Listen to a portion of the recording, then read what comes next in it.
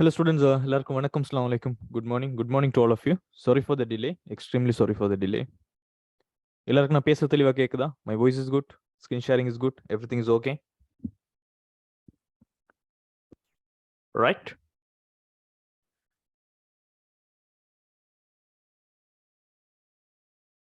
Hi Sabir Ahmad. Good morning. Hi Amal. Walaikum salam. Hi Tushantika. எனக்கு Zoomல இல்லமா WhatsAppல அனுப்புங்க.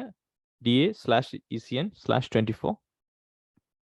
Hi Sabari. Hi Vinisha. Hi Priya. எல்லாருக்கும் attendance mark ஆகிக்கும்னு நினைக்கிறேன். You should எனக்கிட்டே உங்களுக்கு reply வந்திருக்கணும். So அப்போ தான் உங்களோட அட்டெண்டன்ஸ் வந்துட்டு சரியாக மார்க் பண்ணிக்கின்ற அர்த்தம். முகமது சம்ஸ் முகமது நீங்கள் DAECN 103 டைப் பண்ணிக்கிறீங்க. That's not a correct way. DAECN 24. So அதுதான் நம்மளோட பெச்சினுடைய இதாக இருக்குது. ஸோ ஹோப்ஃபுல்லி எல்லாருமே உங்களோட கிளாஸை வந்துட்டு நீங்கள் அட்டென்ட் பண்ணிப்பீங்கன்னு நினைக்கிறேன். Right, so that's good. So let's start the class.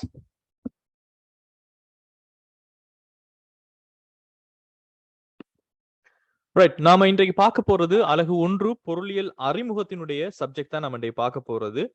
So already நம்ம பார்த்த விஷயங்களை ஒரு சின்ன ரீகேப் பண்ணிட்டு we will start the class today session. So already நம்ம பாஸ் பேப்பர் அனாலிசிஸ் நம்ம ஏற்கனவே கடந்த கிளாஸஸ்ல நம்ம பார்த்திருந்தோம். ஒரு 10 இயர்ஸ்னுடைய பாஸ் பேப்பர் அனாலிசிஸ், அதுல வந்து கீவேர்ட் அனாலிசிஸ் நம்ம எல்லாமே பார்த்துட்டு அதுக்கு பிறகு நமக்கு இருக்கக்கூடிய டாபிக்ஸ்ல முதலாவது டாபிக்ஸான பொருளியலினுடைய அடிப்படைகள், பேசிக்ஸ் ஆஃப் எக்கனாமிக்ஸ் சம்பந்தமாக நம்ம டிஸ்கஸ் பண்ணியிருந்தோம். இந்த பேசிக்ஸ் ஆஃப் எக்கனாமிக்ஸ் சொல்லக்கூடிய இதுல இருந்து நமக்கு பொருளியல் என்பது என்ன, இந்த பொருளியல் எவ்வாறு ஒரு சமூக விஞ்ஞானமாகிறது, மனிதனுடைய பௌதிக தேவை என்பது என்ன, உளத்தேவை என்று சொல்லக்கூடிய விடயங்கள் என்னன்னு சொல்லி பார்த்துட்டு, மனிதனுடைய பொருளாதார நடத்தை என்பதனால கருதப்படக்கூடிய விஷயங்கள் என்ன, என்னத்தை நம்ம மனிதனுடைய எக்கனாமிக் பிஹேவியர் அப்படின்னு சொல்லுவோம்னு சொல்லி பார்த்தோம். அதுக்கு பிறகு ஒரு மனிதனுடைய பொருளாதார நடத்தைக்கும் தேவைக்கும் விருப்பத்துக்கும் இடையிலான தொடர்பு என்ன, என்ன ரிலேஷன்ஷிப் காணப்படுதுன்னு சொல்லி பார்த்திருந்தோம்.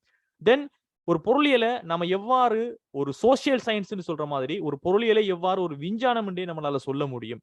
தென் இந்த இயற்கை விஞ்ஞானம், சமூக விஞ்ஞானம், இது ரெண்டையும் ஒப்பிட்டு இயற்கை விஞ்ஞானம் என்பது எவ்வாறு காணப்படும், சமூக விஞ்ஞானம் என்பது எவ்வாறு காணப்படும் போன்ற விஷயங்களை நம்ம பார்த்திருந்தோம். தென் ஒரு பொருளியல் ஒரு ஏனைய இயற்கை விஞ்ஞானங்கள் இருந்து எவ்வாறு வேறுபடும் என்று சொல்லி பார்த்திருந்தோம். ஒரு பொருளியல் என்பதனை ஒரு டெபினிஷன் பண்ணியிருந்தோம். ஒரு பொருளியல் என்கின்ற ஒரு சப்ஜெக்டை நம்ம படிக்கிறதால நமக்கு கிடைக்கக்கூடிய ஒரு நன்மை என்னன்னு பார்த்தோம். அதுக்கு பிறகு நம்ம பொருளியலினுடைய வகைகளை ஸ்டார்ட் பண்ணியிருந்தோம். இந்த பொருளியலினுடைய வகைகளை பத்தி நம்ம பார்க்கும்போது மைக்ரோ எக்கனாமிக்ஸ், மேக்ரோ எக்கனாமிக்ஸ் சொல்லி 2 விஷயங்களை நம்ம முக்கியமாக நம்ம பார்த்திருந்தோம்.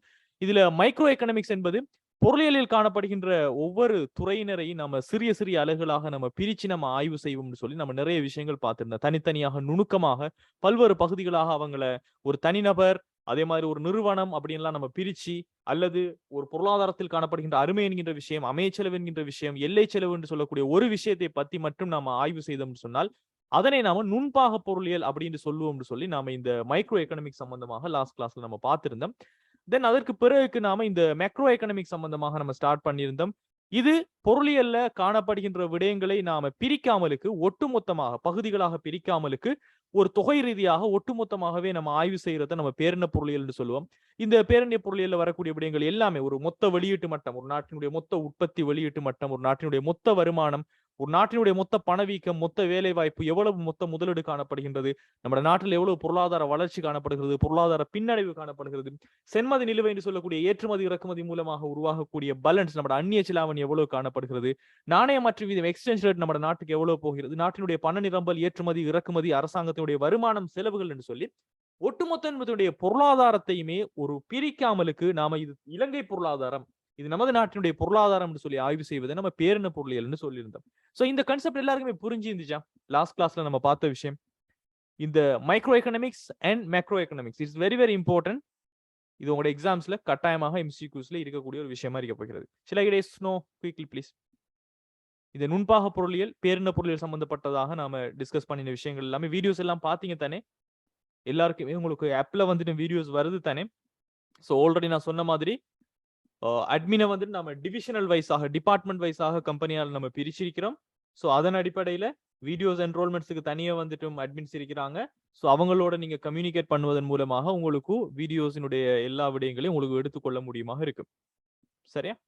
ரைட். ஸோ இது பொருளியலினுடைய வகைகள் சம்பந்தமாக நம்ம பார்த்து விட்டு முக்கியமான ஒரு விஷயம் சம்பந்தமாக நம்ம பார்க்கணும் அப்படின்னு சொல்லிட்டு போன கிளாஸ்ல நான் கடைசியில இந்த நேர்பொருளியல் சம்பந்தமாக நான் பேசியிருந்தேன். பாசிட்டிவ் எக்கனாமிக் ஸ்டேட்மெண்ட் சம்பந்தமாக நம்ம பேசியிருந்தோம்.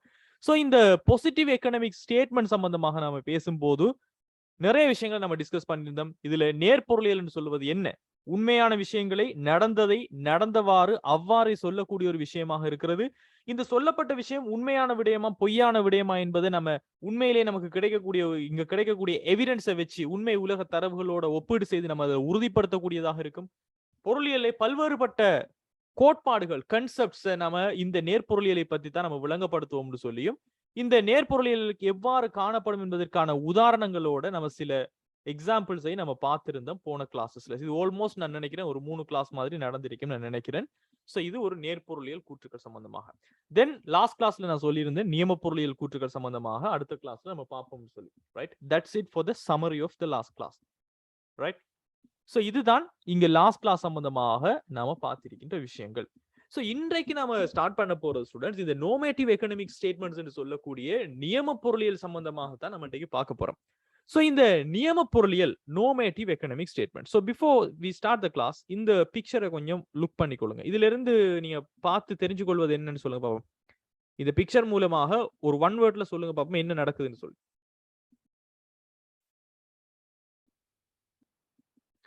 எஸ் ரிஃப்கா ஜியாட், நான் எல்லாரும் அட்மின் ஆக்கப்பட்டிருக்கிறாங்க, எல்லாரும் அட்மினாக இருக்கிறாங்க. நான் டே கிளாஸ் முடிஞ்சோன்னு நான் வந்துட்டு அட்மின்ஸ் நம்பர்ஸை போட்டு விடுறேன். ஸோ இங்க என்ன நடக்குது? அஸ்மா நஃபீஸ் சொல்றாங்க there is a discussion, Mariam there is a discussion, Asfa there is a communication, most of them are telling the discussion and meeting, and Harshika explain பண்றாங்க, அட்வைஸ் பண்றாங்க, டிஸ்கஷனோ மீட்டிங். ரைட், ஸோ இங்க என்ன நடக்குது? ஒரு டிஸ்கஷன் நடக்கும் போது என்ன நடக்கும்? ஒவ்வொருத்தரும் அவங்களுடைய கருத்துக்களை சொல்லுவாங்க. ரைட், இந்த விஷயத்தை இப்படி செஞ்சா சரியா இருக்கும், இந்த விஷயத்தை இப்படி செஞ்சீங்கன்னு சொன்னா இது பிழைச்சு போயிடும். சோ இதை நாம ஒரு ஆலோசனையின் அடிப்படை அப்படின்னு சொல்ல முடியும். ஒரு டிஸ்கஷன் என்று சொல்லும் போதே ஒரு ஆலோசனை ஒன்று காணப்படும். இவ்வாறுதான் ஸ்டூடெண்ட்ஸ் இந்த கூற்று இந்த எக்கனாமிக் ஸ்டேட்மெண்ட்ஸ்ல இந்த நியம பொருளியல் அப்படிங்கறத நம்ம என்னன்னு பாக்குறோம்னு சொன்னா ஒரு ஆலோசனையின் அடிப்படையில கருத்துக்களை முன்வைப்பதுதான் இந்த நியம பொருளியல்ல முக்கியமான ஒரு விஷயமாக நம்ம பார்க்கிறோம். சோ இதன் அடிப்படையில இதனுடைய டெபினிஷன் நீங்க பாத்தீங்கன்னு சொன்னால் நியம கூற்றுக்கள் என்பது ஒரு பொருளாதாரத்தினுள் யாது நிகழ வேண்டும், எவ்வாறு பொருளாதாரம் ஒன்று இருக்க வேண்டும் என்ற அடிப்படையில் அகவயத்தன்மையின் கீழ் மேற்கொள்ளப்படும் வெளிப்படுத்தலை குறிக்கும் சொல்றாங்க. அதாவது அகவயத்தன்மைன்னு சொன்னால் அவங்களோட மனசுக்குள்ள ஒரு விஷயம் இருக்கும். இப்ப உங்களுக்கு பிடிச்ச விஷயம் மற்றவங்களுக்கு பிடிக்காது. இந்த ஒரு ஆலோசனை இந்த மாதிரி நடந்தா நல்லம்னு சொல்றது மற்றவங்களுக்கு பிழையாக இருக்கலாம். சோ நம்மளுடைய உள்ளத்தினுடைய தன்மையின் அடிப்படையில் அதுதான் நீங்க அகவயத்தன்மையின் அடிப்படையில ஒரு பொருளாதாரத்தில் இது நடந்தா நல்லா இருக்கும், இந்த பொருளாதாரம் இப்படி நடந்தா நல்லா இருக்கும் அப்படின்னு சொல்றதனுடைய கூற்றுக்கள் தான் இந்த நியம பொருளியல் நியம கூற்றுக்கள் சொல்றோம். உதாரணத்துக்கு நம்ம சொல்றோம் நம்ம நாட்டுல ஓகே பிரச்சனை இல்லை, பெட்ரோல் வந்து இறக்குமதி செஞ்சா நல்லா இருக்கும், IMF கடன் உதவி ஏற்கனவே போயிருந்தால் நல்லா இருந்திருக்கும். ரைட், இப்போ சரி இரண்டாம் கட்ட பேருக்கு ஸ்டாஃப் லெவல் எக்ரிமெண்ட் கொஞ்சம் குயிக்கா இந்த பொருளாதாரம் வந்துட்டு அரசாங்கம் நகர்த்தினுச்சுன்னு சொன்னா நல்லா இருக்கும். வேற நாடுகளோட உதாரணத்துக்கு சீனாவினுடைய கப்பல் இன்றைக்கு வருவது இருக்குது. சோ அதை வந்துட்டு இடைநிறுத்தி வச்சாங்கன்னு சொன்னால் இந்தியாவினுடைய உறவு வந்துட்டு இன்றைக்கு பாதுகாக்கப்படும். அல்லது இதனை தடுத்தாங்கன்னு சொன்னால் சீனாவினுடைய கடன் மறுகட்டமைப்புக்கு அது ஒத்துக்கொள்ள மாட்டுச்சு. சோ இப்படி அவங்களினுடைய கருத்துக்கள் அவங்களினுடைய மனதில எழக்கூடிய அகவய தன்மையின் கீழே ஒரு பொருளாதாரத்துல என்ன நடக்கணும், எப்படி இருந்தா நல்லா இருக்கணும்னு சொல்லி ஒரு ஆலோசனையின் அடிப்படையில், அதுதான் நீங்க இந்த பிக்சரை நான் இன்க்ளூட் பண்ணதுக்கான முக்கியமான விஷயம். ஒரு ஆலோசனையினுடைய அடிப்படையில் ஒரு அட்வைஸ் கூறுற மாதிரி என்ன நடக்கணும், என்ன ஆக வேண்டும் எனும் பிரச்சனைக்கு தீர்வு காண்பது பற்றி கூறுவதுதான் இந்த நியம பொருளியல் என்று சொல்லக்கூடியது. சோ நல்லது கெட்டது பற்றியும் அறநெறி நியாயம் ஒழுக்கமுறை பற்றியும் இந்த கூற்றுக்கள் காணப்படலாம். இவை அதிக அளவுல தனிநபர் ரீதியானது. Because individual person to person வந்துட்டு அவங்களுடைய கருத்துக்கள் வித்தியாசமான காணப்படும். அதே மாதிரி இவங்க சொல்லுகின்ற எல்லா கூற்றுக்களையும் நம்மளால உண்மையான தகவல்கள் உலகத்துல காணப்படுகின்ற தகவல்களோ தரவுகளை பயன்படுத்தி நம்மளால பரிசீலனை செய்வது சிக்கல். பிகாஸ் ஒவ்வொருத்தரும் ஒவ்வொரு தனிப்பட்ட கூற்று சொல்லுவாங்க, இது சரியா பிழையானு நம்மளால சொல்ல முடியாம இருக்கும். அதே மாதிரி இந்த பொருளாதார கொள்கைகளை வகுக்கும் போது எக்கனாமிக் பாலிசிஸ், பிகாஸ் நாட்டு மக்கள் எல்லாம் ஒரு விஷயமான கருத்தை சொல்றாங்க, அரசாங்கம் வேற விதமான கருத்துக்களை சொல்லும் போது ஒவ்வொரு மக்களும் அதிகமாக எந்த கருத்துக்களை சொல்றாங்கன்னு சொல்லித்தான் அந்த நாட்டினுடைய பொருளாதார கொள்கைகளை நம்ம வகுக்க வேண்டியதாக இருக்கு. சோ பொருளாதார கொள்கைகளை வகுக்கும் போது இந்த நியம கூற்றுகள் என்பது முக்கியத்துவம் பெறக்கூடியதாக இருக்கிறது. ரைட். இதற்கான உதாரணங்களை நம்ம பார்த்தோம் என்று சொன்னால், இப்ப உதாரணத்துக்கு பாருங்க, ஒவ்வொரு அரசாங்கத்தினுடைய ஊழியர்களுக்கும் மாதாந்த சம்பளத்தினை ஒரு 5000 ரூபாய் உயர்த்தல் வேண்டும் அப்படின்னு சொல்லி தொழிற்சங்கங்கள் எல்லாம் போராட்டங்கள் நடத்துறாங்க. அவங்க அப்படி சொல்றாங்க. சோ அது அவங்களினுடைய கருத்து. இந்த பொருளாதாரத்தில் இப்படி நடந்தால் நல்லா இருக்கும்னு சொல்லி ஒரு ஆலோசனை. சோ இது ஒரு நியம கூற்றாக நம்ம பார்ப்போம். நோமேட்டிவ் எகனாமிக் ஸ்டேட்மெண்ட்ஸா பார்ப்போம். அதே மாதிரி ஒருத்தர் சொல்றார், இலங்கையினுடைய அபிவிருத்திக்கு வெளிநாட்டினுடைய உதவிகள் பெறப்பட வேண்டும். சோ இதுவும் அவரினுடைய ஒரு ஆலோசனை. அதே போல ஒவ்வொரு பிரஜைக்கும் இலவச வைத்திய சிகிச்சை வழங்கல் வேண்டும். எல்லா தனிநபர்களும் சமமான சம்பளத்தை பெற வேண்டும். இலங்கையினுடைய பொருளாதார வளர்ச்சியை 8% என்ற மட்டத்தில் பேணுதல் வேண்டும். இதுல எல்லாத்திலையும் பாத்தீங்கன்னு சொன்னா வேண்டும் வேண்டும் என்று சொல்றது என்னத்தின் அடிப்படையில்? ஒரு ஆலோசனை. அவங்கவங்கட தனிப்பட்ட ரீதியான ஒரு ஆலோசனையின் அடிப்படையில் தான் இங்க சொல்லப்படும். இதுவே நாம பார்த்த நேர்பொருளியல் கூற்றுகள் அப்படி கிடையாது. நேர்பொருளியல் கூற்றுக்களை நம்ம ஆலோசனை கொடுப்பது கிடையாது. என்ன விஷயம் இடம்பெற்றுச்சோ அதனை உள்ளவாறு நம்ம கூறுவோம். அதே மாதிரி கூறப்பட்ட விஷயங்கள் உண்மையா பொய்யா என்பதுக்கான எவிடன்ஸ் ஏற்கனவே பேப்பர், நியூஸ் அங்க எல்லா இடங்கள்லயும் இருக்கும். ரைட். திட்டவட்டமாக நம்மளால கூற முடியும். அதே மாதிரி நேர்கூற்றுகள் என்ன செய்யும்? எக்கனாமிக்ஸினுடைய கோட்பாடுகளை விளங்குறதுக்கு பயன்படுத்தும். ஆனால் இந்த நியம கூற்றுக்கள் பொருளாதார கொள்கைகளை வகுப்பதற்கு இங்க உதவக்கூடியதாக இருக்கும். ரைட். சோ இதுதான் இங்க இந்த இரண்டுக்கும் இடையிலான ஒரு விதயமாக காணப்படும். இது எல்லாருக்குமே புரிஞ்சுதான் நான் சொன்ன விஷயங்கள். Make sense? நேர்பொருளியல் என்பது என்ன நடந்தது, என்ன நடந்து கொண்டிருக்கிறது, என்ன நடக்கும் என்பதை உள்ளவாறு சொல்வது நம்ம நேர்பொருளியல் சொல்றோம். சொன்ன கூற்று உண்மையா பிழையா என்பதை எவிடன்ஸை வச்சு, இப்போ சென்ட்ரல் பேங்க்ல ஒரு ரிப்போர்ட்டை பார்த்தோ அல்லது நியூஸ் பேப்பரை வச்சு நம்ம உறுதிப்படுத்தக்கூடியதாக இருக்கிறது நேர்கூற்றுகளாக இருக்க போகிறது. நிறைய பொருளியல் கொள்கைகள், அதாவது விலைக்கும் கேள்வி தொகைக்கும் இடையே என்ன தொடர்பு, விலைக்கும் நிரம்பலுக்கும் இடையே என்ன தொடர்பு என்று சொல்லக்கூடிய பொருளியல் கோட்பாடுகள் விளக்கப்படுவது நேர்பொருளியலாக இருக்க போகிறது. நியம கூற்று பார்த்தோம் என்று சொன்னால் என்ன நடக்கணும், எப்படி நடக்கணும் என்று சொல்லி ஒரு அட்வைஸ் பண்ற மாதிரி இருக்கும்.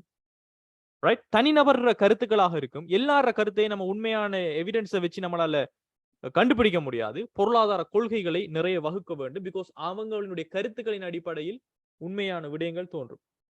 உதாரணத்துக்கு இப்ப இன்றைக்கு பாத்தீங்கன்னு சொன்னால், இன்றைக்கு பொருளாதாரத்தில் ஒரு கொள்கை ஒன்று இடம்பெற போகிறது, அரசியல் மாற்றம் ஒன்று இடம்பெறுகிறது. என்ன? ஒரு சர்வ கட்சிகளும் இணைந்த ஒரு அரசாங்கம் ஒன்று அமைய போகிறது. எதிர்கட்சி, ஆளும் கட்சி என்றெல்லாம் இல்லாமலுக்கு எல்லா கட்சிகளுமே அமைந்த ஒரு பாராளுமன்றம் அமைய போகிறது. இது எதனால் இடம்பெற்றது? இந்த பொருளாதார கொள்கை எதனால் மாற்றம் அடைகிறது? இங்கு இடம்பெற்ற ஒரு எழுச்சி போராட்டத்தின் காரணமாக. அந்த எழுச்சி போராட்டத்துல எல்லா மக்களும் என்னத்தை வலியுறுத்தினாங்க? இப்ப இருக்கக்கூடிய ஒரு நிறைவேற்று அதிகாரம் கொண்ட ஜனாதிபதி முறைமை என்பது ஒழிக்கப்பட வேண்டும். ரைட். ஏற்கனவே இருந்த பழைய ஜனாதிபதி வந்துட்டு விலகணும் என்று சொல்லி ஏற்கனவே சொல்லியிருந்தாங்க எல்லாரும். அது அவங்களுடைய ஒரு பொருளாதார கருத்து. அது ஒரு நோமேட்டிவ் ஸ்டேட்மெண்ட். அந்த ஸ்டேட்மெண்ட் நிறைய பேர்கிட்ட இருந்து வந்ததன் காரணமாக பொருளாதாரத்தினுடைய கொள்கையை இன்று மாற்றப்பட்டுள்ளது. ரைட். இது புரியுதா ஸ்டூடெண்ட்? ஏன் பொருளாதார கொள்கைகளை வகுக்கும் போது நியம கூற்றுக்கள் வந்து ரொம்ப முக்கியத்துவம் பெறுகிறது என்பது? பிகாஸ் நிறைய பேர் ஆலோசனை, நிறைய பேர் கருத்து ஒருமித்ததாக இருக்கும் போது அதனை வைத்துதான் அரசாங்கம் பொருளாதார கொள்கைகளை வகுக்க வேண்டும். ரைட். So hopefully இந்த விஷயம் எல்லாம் உங்களுக்கு புரிஞ்சிருக்கும்னு நினைக்கிறேன். Shall I get yes or no from all the people? எல்லாருக்குமே நான் சொன்ன விஷயங்கள் விளங்கினுச்சா? இந்த நேர்பொருளியல், நியம பொருளியல் என்று சொன்ன கூற்றுக்கள் எல்லாருக்குமே விளங்கினுச்சா? Mahir Ibrahim, Nasla, Dilani, Mirsha, Amna, Ayesha, Abdullah, Afra, Afroz. Okay, right. So இன்னும் சில உதாரணங்களை நம்ம பார்த்தோம் என்று சொன்னால் பாருங்க, ஒவ்வொரு அரசாங்க ஊழியர்களுக்கும் மாதாந்தம் ஒரு சம்பளத்தை 55 ரூபாயில உயர்த்தல் வேண்டும். இலங்கையின் அபிவிருத்திக்கு வெளிநாட்டு உதவிகள் பெறப்பட வேண்டும். ஒவ்வொரு பிரஜைக்கும் இலவச வைத்திய சிகிச்சை வழங்க வேண்டும். எல்லா தனிநபர்களும் சம்பளத்தை பெற வேண்டும். இலங்கையினுடைய பொருளாதார வளர்ச்சியை 8% இருந்து 10% வரை பேணல் வேண்டும். வருமானம் சமமற்ற முறையில் பங்கீடு செய்யப்படுவது ஒரு நியாயமற்றது. அதிக அளவிலான சமமான வருமான பங்கீடானது விரும்பத்தக்கதாக இருக்கும் அப்படின்னு சொல்லி ஆலோசனைகள் கூறினாங்கன்னு சொன்னா, எதை கூறுறாங்களோ பிரச்சனை கிடையாது. ஆலோசனை ஒன்று கூறினால் அது ஒரு நியம பொருளாக இருக்கும்.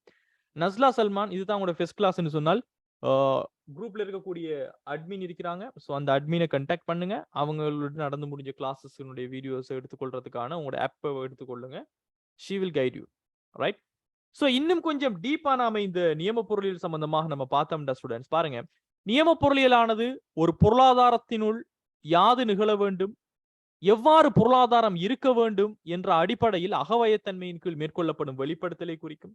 அதாவது ஒருவரது அபிப்பிராயத்தையும் மற்றும் பெருமதி ரீதியான ஒரு தீர்ப்பு, அவர் வந்துட்டு அவருக்குரிய வெலூஸை வச்சு அவர் ஒரு ஜட்ஜ்மெண்ட் ஒன்று பண்றாரு, அடிப்படையாக கொண்டு மாற்று விளைவுகளினுடைய விருப்பத்தை ஆராயும் பகுப்பாய்வாகும்.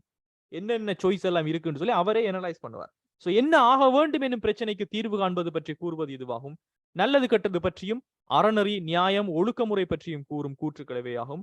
நியம கூற்றுகளில் அதிக அளவில் தனிநபர் ரீதியானது.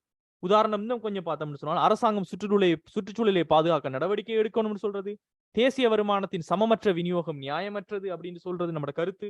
பாடசாலைக்கு செல்லும் மாணவர்களுக்கு இலவச மருத்துவ உதவிகள் வழங்கணும்ங்கிறது, அரசாங்க ஊழியர்களுக்கு ரூபாய் 10,000 சம்பள உயர்வு வழங்கணும் சொல்லி ஒரு ஆலோசனையின் அடிப்படையில் இது நடந்தால் நல்லா இருக்கும் என்று சொல்வதுதான் இந்த நியம பொருளியலான ஒரு கூற்றாக நம்ம பார்க்கிறோம். சோ இதுதான் இந்த நேர்பொருளியல் நியம பொருளியல் என்று சொல்லக்கூடிய கூற்றுக்கள். இது உங்களுக்கு எப்படி டெஸ்ட் பண்ணப்படும் ஸ்டூடெண்ட்ஸ், உங்களுக்கு கொஸ்டின்ல MCQல ஒரு கொஸ்டின் தருவாங்க. அந்த கொஸ்டின்ல வந்துட்டு ஒரு கூற்றினை தந்துட்டு, இந்த ஒரு விஷயம் ஒரு ஸ்டேட்மெண்டோட தந்துட்டு இது ஒரு நேர்பொருளியல் கூற்றா அல்லது ஒரு நியம பொருளியல் கூற்றான்னு சொல்லி உங்கள்கிட்ட கேட்பாங்க. புரியுதா? துஷாந்திகா திரு வெங்கடன், உங்களோட சரியா உங்களோட இதை போடுங்க. DS/ECN/24 ஸ்பேஸ் விட்டு போட வேணாம் ப்ளீஸ். சரியா டைப் பண்ணி அனுப்புங்க.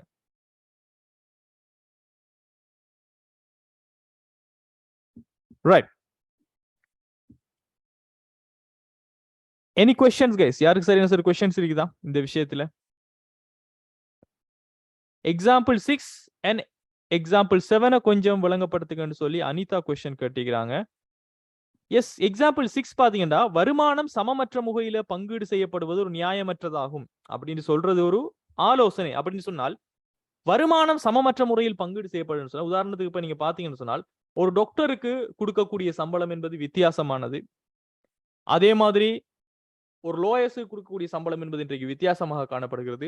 ஆசிரியர்களுக்கு கொடுக்கப்படுகின்ற சம்பளம் வித்தியாசமாகவும் ரொம்ப குறைவாகவும் காணப்படும் சொல்லித்தான் ஆசிரியர் சங்கங்கள் போராட்டங்கள் நடத்துறாங்க. அப்படின்னா என்ன அர்த்தம்? வருமானம் என்பது சமமற்ற முறையில் இங்கு பங்கீடு செய்யப்படுகின்றது. அதாவது ஒவ்வொருவரினுடைய காரணிகள், உற்பத்தி காரணிகள், அதாவது நிலத்தை பாருங்க, நிலத்தை எடுத்துக்கிட்டு சொன்னா வாடகை இடத்துக்கிடம் மாறும். ஒவ்வொரு இடத்துக்கிடம் வாடகை வித்தியாசமாகும். உழைப்பு என்பது அவங்களோட ஜொப்பை பொறுத்து, போஸ்ட பொறுத்து மாறும்.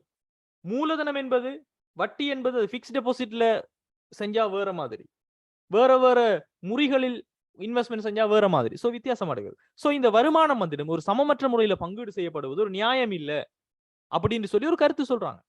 அதே மாதிரி 7வது உதாரணம் பாத்தீங்கன்னு சொன்னால், அதிக அளவிலான சம வருமான பங்கீடானது விரும்பத்தக்கதாக இருக்கும். அதாவது பெரும்பாலும் எல்லாருக்குமே பெரிய ஒரு வித்தியாசம் இல்லாமல் ஒரு சமமான ஒரு வருமான பங்கீடு செய்யுங்க. என்னதான் டாக்டர் இருந்தாலும் அவருக்கு பெரிய ஓரளவு கொடுக்காமலுக்கு ஒரு அளவுக்கு கொடுங்க, எல்லாரையும் சமமா ட்ரீட் பண்ணுங்க அப்படின்னு சொல்றது விரும்பத்தக்கன்னு சொல்றாங்க. இப்ப நீங்க சில நாடுகள்ல பாத்தீங்கன்னு சொன்னால், ஈவன் அவர் ஒரு KFCல வேலை செய்யக்கூடிய ஒரு வெயிட்டராக இருந்தாலும் கூட அவரினுடைய சம்பளம் என்பது அந்த நாட்டினுடைய டாக்டரினுடைய சம்பளத்தை ஒத்ததாக காணப்படும். காரணம் என்ன சொன்னா, அங்க எல்லா ஊழியர்களையும் சமமாக மதிக்கக்கூடியது, எல்லாமே தொழில் தான் அப்படின்னு சொல்லக்கூடிய ஒரு கொள்கையை வச்சிருப்பாங்க. சோ இதெல்லாம் சரி அப்படின்னு சொல்லி ஒரு ஆலோசனை வழங்குவதுதான் நீங்க சொல்லப்படுவது. சுஷாந்திகா, எனக்கு ஜூம்ல அனுப்ப வேணாமா, வாட்ஸ்அப்ல அனுப்புங்க. ஹாஃபிலா கேட்டிருக்கிறாங்க, சார் அது எப்படி சிற்றின பொருளியல் பேரின பொருளியல் என்று கண்டுபிடிக்கிறேன்னு சொன்னால், உங்களுக்கு தருகின்ற ஒரு கூற்றை பொறுத்து. இப்ப உதாரணத்துக்கு நான் சொல்றேன், ரைட்? இப்ப நான் ஒரு கருத்து சொல்றேன், அரசாங்கம் டிஜிட்டல் அக்கவுண்டிங் கிளாஸுக்கு வர பிள்ளைகள் எல்லாருக்குமே ஜூம் பேக்கேஜை ஃப்ரீயா கொடுக்கணும் அப்படின்னு நான் ஒரு கருத்து சொன்னேன்னு சொன்னால், இது ஒரு நேர்கூற்றா ஒரு நியம கூற்றா? யோசிச்சு பார்த்து சொல்லுங்க. Is it a positive statement or a normative statement? This is my opinion, my advice. So this is a normative statement. இது ஒரு நியம பொருளியல். இப்ப இதே நான் சொல்றேன், கடந்த வருஷம் இந்த நாட்டினுடைய அந்நிய செலாவணி வீதம் ஒரு 8 பில்லியன் அமெரிக்க டாலர்களாக இருந்தது அப்படின்னு நான் சொன்னேன் என்று சொன்னால், இது ஒரு நேர்பொருளியலா நியம பொருளியலா? யோசிச்சு பாருங்க. இது ஒரு பாசிட்டிவ் ஸ்டேட்மெண்ட், இது ஒரு நேர்பொருளியல். காரணம் என்ன? நான் சொன்ன விஷயம், நடந்த ஒரு விஷயத்தை நான் பத்தி சொல்றேன். நான் சொன்ன விஷயம் உண்மையா பொய்யா என்பதனை உண்மையிலேயே காணப்படுகின்ற எவிடன்ஸ், சென்ட்ரல் பேங்கினுடைய ரிப்போர்ட்ஸ், நியூஸ்ல வந்த விடயங்களை வைத்து நம்மளால ஆதாரமாக காட்ட முடியும்.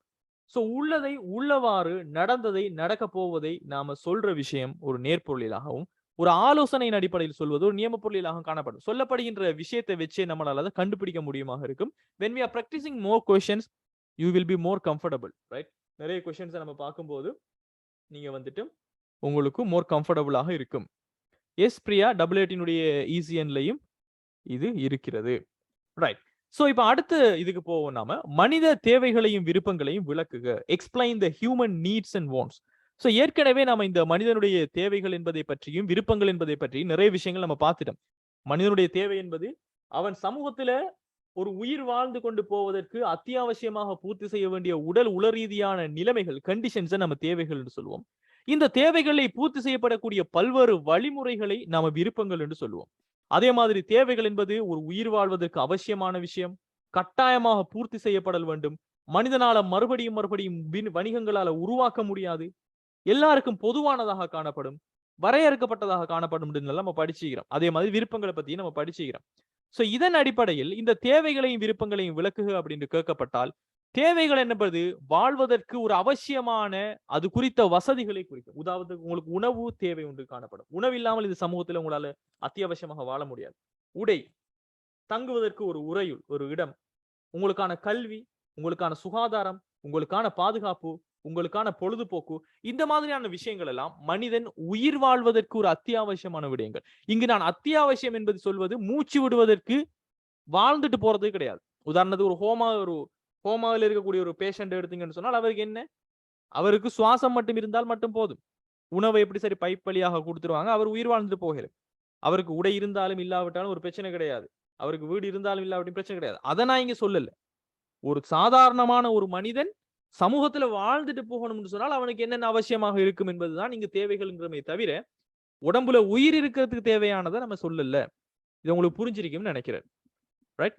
சோ இதுல உணவு, உடை, உறையுள், கல்வி, சுகாதாரம் போன்றவற்றை பௌதிக ரீதியான தேவைகள், பிசிக்கலாக நமக்கு தேவைப்படுகின்ற ஒரு தேவைகள். உணவு என்பது நம்ம கண்ணால பார்க்கும், நம்மட அதுக்கான தேவையை நம்மளால உணர முடியும். ஒரு நீர், ஒரு உடை, ஒரு உறையுள், கல்வி, நமக்கான சுகாதாரம், இது எல்லாமே ஒரு பௌதிக ரீதியான நம்மளுடைய தேவைகளாக காணப்படுது. சுயமரியாதை, நமக்கு கொண்டு ஒரு கௌரவம் ஒன்று இருக்கணும், நமக்கு கொண்டு குடும்பம் நல்லது இருக்கணும், சமூகத்தில் நமக்கு ஒரு நல்ல ஒரு ஸ்டேட்டஸ் ஒன்று கிடைக்கணும், நிறைய பேர் அன்பை நம்ம பெற்றுக்கொள்ளணும். இந்த மாதிரியான தேவைகளை நம்ம உள ரீதியான தேவைகள்னு சொல்லுவோம். சோ இதை ஆல்ரெடி நாம பௌதிக தேவை என்பது என்ன, உள ரீதியான தேவை என்பது என்னன்னு படிச்சுக்கிறோம். இந்த பௌதிக தேவைகள், இந்த உணவு, உடை, உறையுள், கல்வி, சுகாதாரம் போன்ற பௌதிக தேவைகளைத்தான் நம்மளால பொருட்களையும் சேவைகளையும் கொண்டு பூர்த்தி செய்ய முடியுமாக இருக்கும். இதனை பற்றி ஆய்வு செய்வதுதான் பொருளியல் அப்படின்னு நம்ம சொல்லியிருக்கின்றோம். இந்த மனிதனுடைய தேவைகளையும் விருப்பங்களையும், இந்த பௌதிக ரீதியான தேவைகளை பூர்த்தி செய்து கொள்வதற்காக அவன் எவ்வாறு பொருட்களையும் சேவைகளையும் உற்பத்தி செய்து நுகர்வு செய்கின்றான் என்பதை பற்றி ஆய்வு செய்வதுதான் பொருளியல் என்றும் பொருளாதார நடத்தை நம்ம படிச்சுக்கிறோம். ரைட். சோ பொருளியல் என்பது எப்பயுமே பௌதிக ரீதியான தேவைகள் எவ்வாறு பூர்த்தி செய்யப்படுகின்றன பொருட்கள் சேவைகளின் மூலமாக என்பது பற்றித்தான் இது ஆய்வு செய்யும். சைக்காலஜியை பத்தி செய்யறது பொருளியல் கிடையாது. இது எல்லாமே ஆல்ரெடி நம்ம படிச்ச விஷயங்களாகத்தான் இருக்கிறது. ரைட். அதே மாதிரி தேவைகள், விருப்பங்கள் சம்பந்தமாக நம்ம பார்த்தோம்னு சொன்னால், தேவைகள் என்பது வரையறுக்கப்பட்டவை, பிகாஸ் லிமிட்டட். உணவு, உடை, உறையுள், கல்வி, சுகாதாரம் நீங்க உயிர் வாழ்வதற்கு எத்தனை தேவைன்னு சொன்னால் மினிமம் ஒரு 10க்குள்ள உங்களுக்கு வந்துடும். ஆனால் விருப்பங்கள் எடுத்தீங்கன்னு சொன்னால், உணவை எடுத்தாலே நமக்கு ஒவ்வொரு நாளைக்கும் ஒவ்வொரு விருப்பம், ஒரு உடையை எடுத்தாலே ஒவ்வொரு ஃபெஸ்டிவலுக்கும் ஒவ்வொரு விதமான விருப்பம். சோ தேவைகள் என்பது ஒரு வரையறுக்கப்பட்டவையாகவும் விருப்பங்கள் என்பது ஒரு வரையறுக்கப்படாதவையாகவும் காணப்படுகிறது. அதே மாதிரி தேவைகள் எடுத்தீங்கன்னு சொன்னால் எந்த நாட்டவராக இருந்தாலும் அவங்களுக்கு உணவு தேவை, உடை தேவை, உறையுள் தேவை, ஒரு நல்ல கல்வி, நல்ல சுகாதாரம், பொழுதுபோக்கு, பாதுகாப்பு, இது எல்லாமே எல்லாருக்கும் பொதுவானது. ஆனா விருப்பங்கள் எடுத்தீங்கன்னு சொன்னால் ஒருத்தருக்கு உணவு எடுத்தீங்கன்னா சைனாவில உணவை விரும்புற எப்படின்னு சொல்லக்கூடிய முறை வித்தியாசம், இலங்கையில எவ்வாறு உணவுகளை விரும்புவாங்க என்கூடிய முறைகள் வித்தியாசம், அதனை பூர்த்தி செய்கிற வழிமுறைகள் வித்தியாசம். சோ நபர்களுக்கு நபர், கலாச்சாரத்துக்கு கலாச்சாரம், நாட்டுக்கு நாடு என்பது இந்த விருப்பங்கள் நபர்களுக்கிடையே வேறுபட்டு காணப்படும். அதே மாதிரி தேவை என்பது காலத்துக்கு ஏற்ப மாற்றம் அடையாது.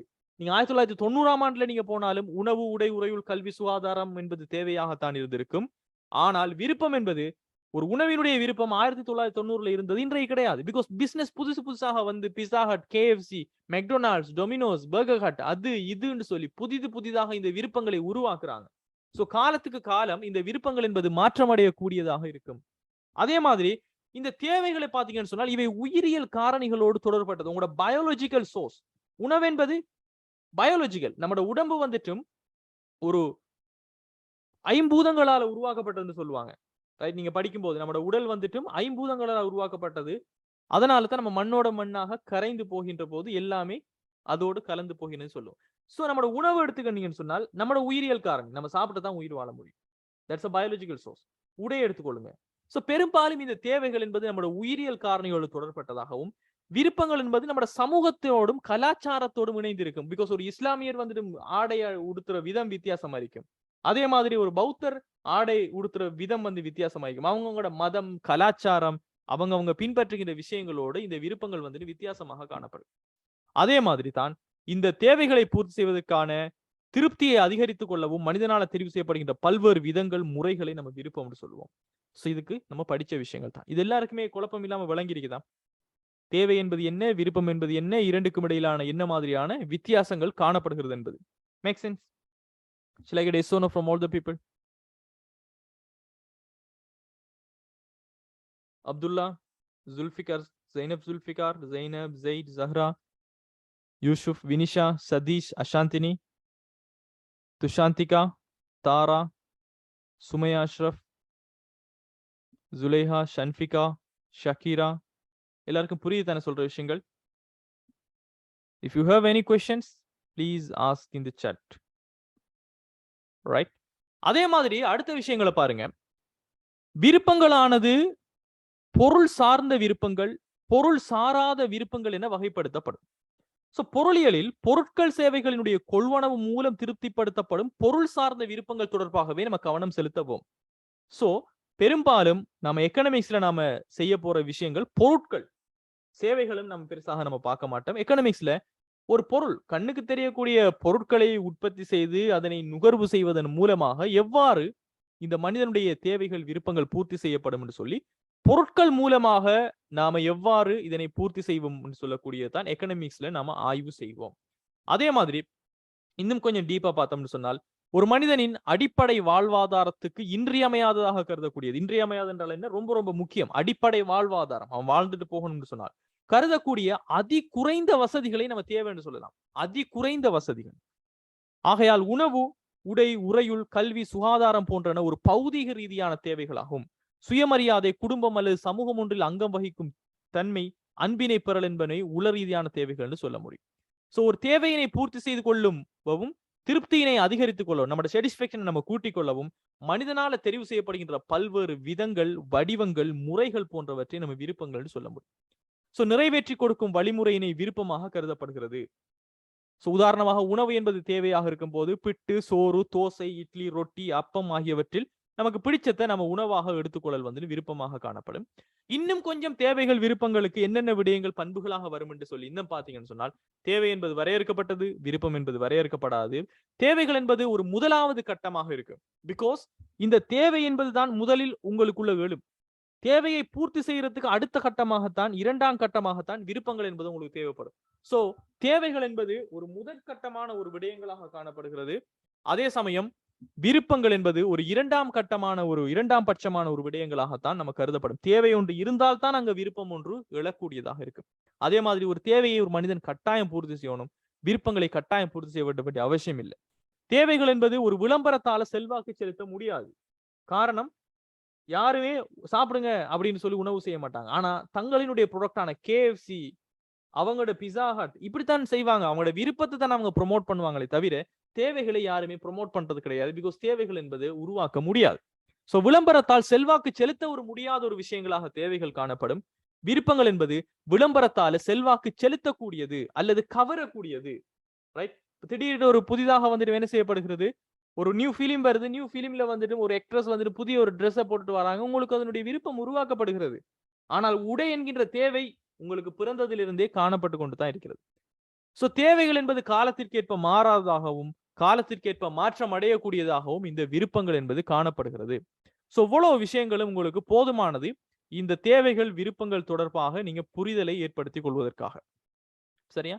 சோ ஹோப்ஃபுல்லி நாம இந்த விஷயங்கள் எல்லாமே தெரிஞ்சவங்களாக இருக்கிறோம். சோ எல்லாருக்குமே இந்த ஃபர்ஸ்ட் சாப்டர்ல இருக்கக்கூடிய விஷயங்கள், அதாவது இருக்கக்கூடிய 6 விஷயங்கள்ல இது எல்லாருக்குமே கிளியரா, மனிதனுடைய தேவைகள், விருப்பங்கள் என்பதனை விளக்குவது, பொருளியல் கூற்றுக்களினுடைய வகைகள், பொருளியலை ஏன் கற்கணும், அதனுடைய definition, right?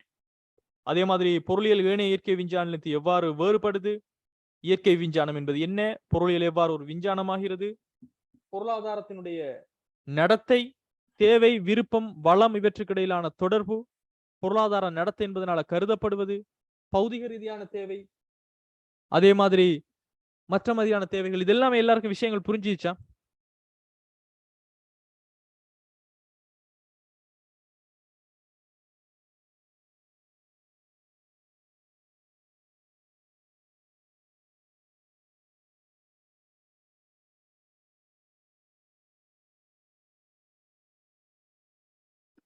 Make sense all of you? எல்லாருக்கும் இது புரிஞ்சுதா? Shall I get a confirmation please?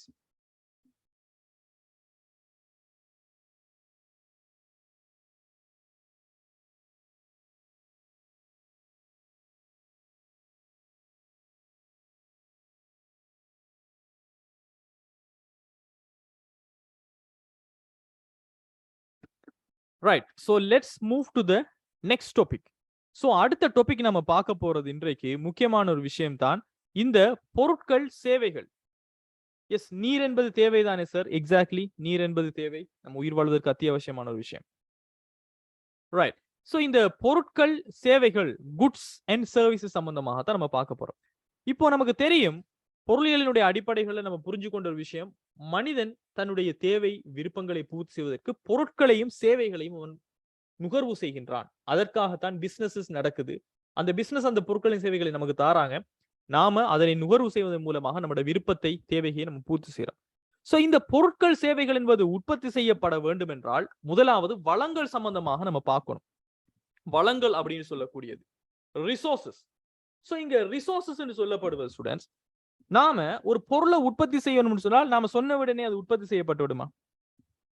உதாரணத்துக்கு இப்போ டிஜிட்டல் அக்கௌண்டிங்ல ஒரு கிளாஸ் ஒன்று நம்ம நடக்குதுன்னு சொன்னா அந்த கிளாஸ் வந்துட்டு ஓகே நான் கிளாஸ் எடுக்க போறேன் அப்படின்னு சொன்னோன்னா அது நடந்துருமா?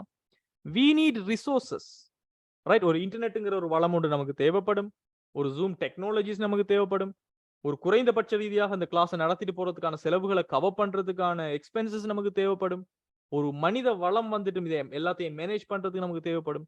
சோ எந்த ஒரு பொருளை நீங்க உற்பத்தி செய்ய போனாலும், எந்த ஒரு சேவையை நீங்க உற்பத்தி செய்ய போனாலும் அங்கு வளங்கள் என்பது உங்களுக்கு கட்டாயமாக தேவைப்படும். நீங்க ஃப்ரீயா தான் எந்த விஷயத்தையும் கொடுக்க போனாலும் அங்கு உங்களுக்கு வளங்கள் என்பது தேவைப்படும். ரைட், உதாரணத்துக்கு நீங்க ஒரு மழை நீரைத்தான் ஒரு செலவும் இல்லாமலுக்கு நீங்க ஒருத்தருக்கு சேகரிச்சு கொடுக்க போறீங்க என்றாலும் இயற்கை வளம் என்பது உங்களுக்கு தேவைப்படும். சோ ஒரு பொருளாதாரத்தில் பொருட்கள், சேவைகள் என்பது கிடைக்கப்பெற வேண்டும் அப்படின்னு சொன்னால் அங்கு வளங்கள் என்பது இருக்க வேண்டும். வளங்கள் என்பது இருக்க வேண்டும். மரியம், உங்களோட புக்ஸ் இன்னும் வரல, 100 லிஸ்ட்குள்ள இருக்கிறேன்னு சொன்னால் கொஞ்சம் ஜெனரல் அட்மினை கொஞ்சம் கண்டெக்ட் பண்ணுங்க. உங்களோட புக்ஸ் டெலிவரி ஆயிட்டா இல்லையா என்பதை கன்ஃபார்ம் பண்ணுவாங்க. அப்படி இல்லைன்னு சொன்னால் புக்ஸ் வந்துட்டு எங்க இருக்குது என்பதை அவங்க உறுதிப்படுத்தி தருவாங்க. Right, so types of resources, வளங்களினுடைய வகைகள் நம்ம பார்த்தோம்னா ஸ்டூடெண்ட்ஸ், இங்க வளங்களை நாம 2 விதமாக நம்ம பிரிச்சு நம்ம பார்க்க போறோம். உண்டு எக்கனாமிக் ரிசோர்சஸ் அப்படின்னு சொல்லக்கூடிய பொருளாதார வளங்கள், அதே மாதிரி நன் எக்கனாமிக் ரிசோர்சஸ் சொல்லக்கூடிய பொருளாதாரம் அல்லாத வளங்கள். சோ பொருளாதார வளம், பொருளாதாரம் அல்லாத வளம் என்று சொல்லக்கூடிய 2 வளங்களாக நம்ம பிரிச்சு கொள்றோம். சோ இந்த பொருளாதார வளங்கள் என்பது, எக்கனாமிக் ரிசோர்சஸ் என்பது நம்ம முதலாவது புரிஞ்சு கொள்ளணும். பிகாஸ் இது அடிக்கடி நமக்கு கொஸ்டினுக்கு வரக்கூடிய ஒரு விஷயமா இருக்கு. சோ எக்கனாமிக் ரிசோர்சஸ் நம்ம ஃபேக்டர்ஸ் ஆஃப் ப்ரொடக்ஷன் அப்படின்னு சொல்லுவோம். ஒரு பொருளை அல்லது ஒரு சேவையை நீங்க உற்பத்தி செய்யணும்னு சொன்னால் அதற்கு காரணிகள், ஃபேக்டர்ஸ் நமக்கு தேவைப்படும். இதனைத்தான் நம்ம பொருளாதார வளங்கள்னு சொல்லுவோம். பொதுவாக இது நிலம், உழைப்பு, மூலதனம், முயற்சின்னு சொல்லப்படும். பொருளாதார வளங்களை நம்ம பொதுவாக நிலம், உழைப்பு, மூலதனம், முயற்சின்னு சொல்லி 4 விதங்களாக மட்டும்தான் நம்ம எக்கனாமிக்ஸ்ல நம்ம படிப்போம். ரைட், சோ எக்கனாமிக்ஸை பொறுத்த வரைக்கும் இந்த 4 விடயங்களும் தான் ஒரு பொருளாதார வளங்களாக நம்ம பார்க்கக்கூடிய விஷயங்களாக இருக்கிறது. ரைட், இப்போ இந்த பொருளாதார வளங்களுக்கு ஒரு டெபினிஷனை நம்ம பார்ப்போம். சோ பொருளாதார வளங்களுக்கு நம்ம ஒரு டெபினிஷன் ஒன்று கொடுக்கிறோம். எப்படின்னு சொன்னால், resources that are limited in supply and also are scarce compared to the unlimited human needs and wants are called economic resources. As there is a scarcity in economic resources, utilization of economic resources results in opportunity cost. It means இதுல பாத்தீங்கன்னு சொன்னால் சமூகத்தினுடைய எல்லையற்ற விருப்பம், நமக்கு எல்லாருக்குமே தெரியும் விருப்பங்கள் என்பது ஒரு எல்லையற்றது. சமூகத்தில் காணப்படுகின்ற விருப்பங்களை யாராலுமே பூர்த்தி செய்ய முடியாது. அந்த அளவுக்கு ஒரு எல்லையற்றான விருப்பங்களோட ஒப்பிட்டம் என்றால் நிரம்பல் வரையறுக்கப்பட்டது. நிரம்பல் என்பது என்ன? சப்ளை, நமக்கு கிடைக்கக்கூடியதாக உள்ள அளவு. அதுதான் நம்ம நிரம்பல் என்று சொல்றோம்.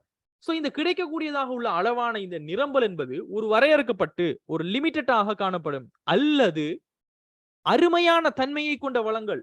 ரைட், அருமை என்பதை பத்தி நம்ம படிச்சுக்கிறோம். அருமையானது என்ன? மனிதனுடைய விருப்பங்களோடு ஒப்பீடு செய்யும் போது அதனை பூர்த்தி செய்வதற்கான வளங்கள் அருமையாக காணப்படுது, பற்றாக்குறையாக காணப்படுது. அதுதான் நம்ம அருமைன்னு சொல்லுவோம். சோ இந்த அருமையான தன்மையினை கொண்ட இந்த வளங்களை நம்ம பொருளாதார வளம் அப்படின்னு சொல்லுவோம். சோ பொருளாதார வளங்களை பத்தி பேசும்போது சமூகத்தினுடைய எல்லையற்ற விருப்பங்களோடு ஒப்பீடு செய்யும் போது நிரம்பல் வரையறுக்கப்பட்டது. இதுக்கு சிங்கிளான ஒரு வேர்ட் தான் அருமை என்று சொல்றோம். இது புரியுதா? முதல்ல சமூகத்தினுடைய எல்லையற்ற விருப்பங்களோட நாம அதனை பூர்த்தி செய்வதற்கான வளங்களை ஒப்பீடு செய்து பற்றாக்குறையாக இருக்கிறது தான் நம்ம அருமை என்றே சொல்கின்றோம். அப்ப நீங்க ஒரு டீப்பாவும் எழுதலாம், சமூகத்தினுடைய எல்லையற்ற விருப்பங்களோட ஒப்பீடு செய்யல நிரம்பல் வரையறுக்கப்பட்டது, அல்லது அதுக்கு பேரு அருமைத்தன்மை. சோ அருமைத்தன்மை கொண்ட வளங்களை நம்ம பொருளாதார வளங்கள்னு நம்ம சொல்ல முடியும். சோ அருமைத்தன்மையானது பொருளாதார வளங்களினுடைய ஒரு முக்கிய பண்பாக காணப்படுவதால் பொருளாதாரங்களினுடைய வள பயன்பாட்டின் போது இந்த அமைய செலவு என்கின்ற ஒரு விஷயம் வந்து தோன்றும் அப்படின்னு நம்ம சொல்றோம். ரைட். சோ இந்த அமைய செலவை பத்தி நம்ம டீப்பா பார்ப்போம் ஸ்டூடெண்ட்ஸ். பட் இந்த அமைய செலவு என்பது என்னன்னு சொல்லி இப்போதைக்கு நீங்க நினைவு வச்சுக்கொள்ள விரும்பினீங்கன்னு சொன்னால், எல்லா பொருளையும் நம்மளால உற்பத்தி செய்ய முடியாது. பிகாஸ் நம்மகிட்ட எல்லா பொருட்களையும் உற்பத்தி செய்யற அளவுக்கு வளங்கள் என்பது நமக்கு காணாது, கிடையாது. சோ ஒரு பொருளை உற்பத்தி செய்யும் போது இன்னொரு பொருளை உற்பத்தி செய்வதற்கான சந்தர்ப்பத்தை நம்ம விட்டு கொடுக்கிறோம். அதுக்கான பெஸ்ட் எதை நம்ம விட்டு கொடுக்குறோமோ அதுதான் இந்த அமைய செலவுங்கிற கன்செப்ட்.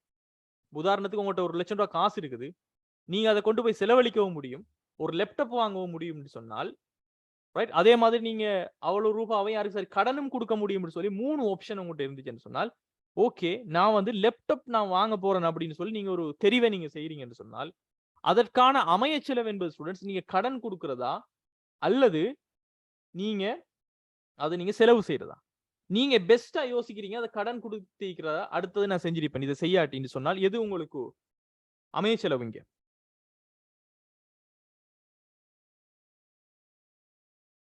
யோசிச்சு பாருங்க.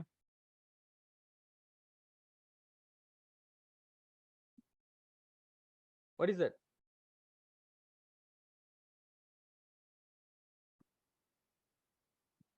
இங்கு அமைய செலவு என்பது எதுவாக காணப்படும்? உங்களினுடைய அடுத்த மிகச்சிறந்த தெரிவின் பெருமதிதான் அமைய செலவு.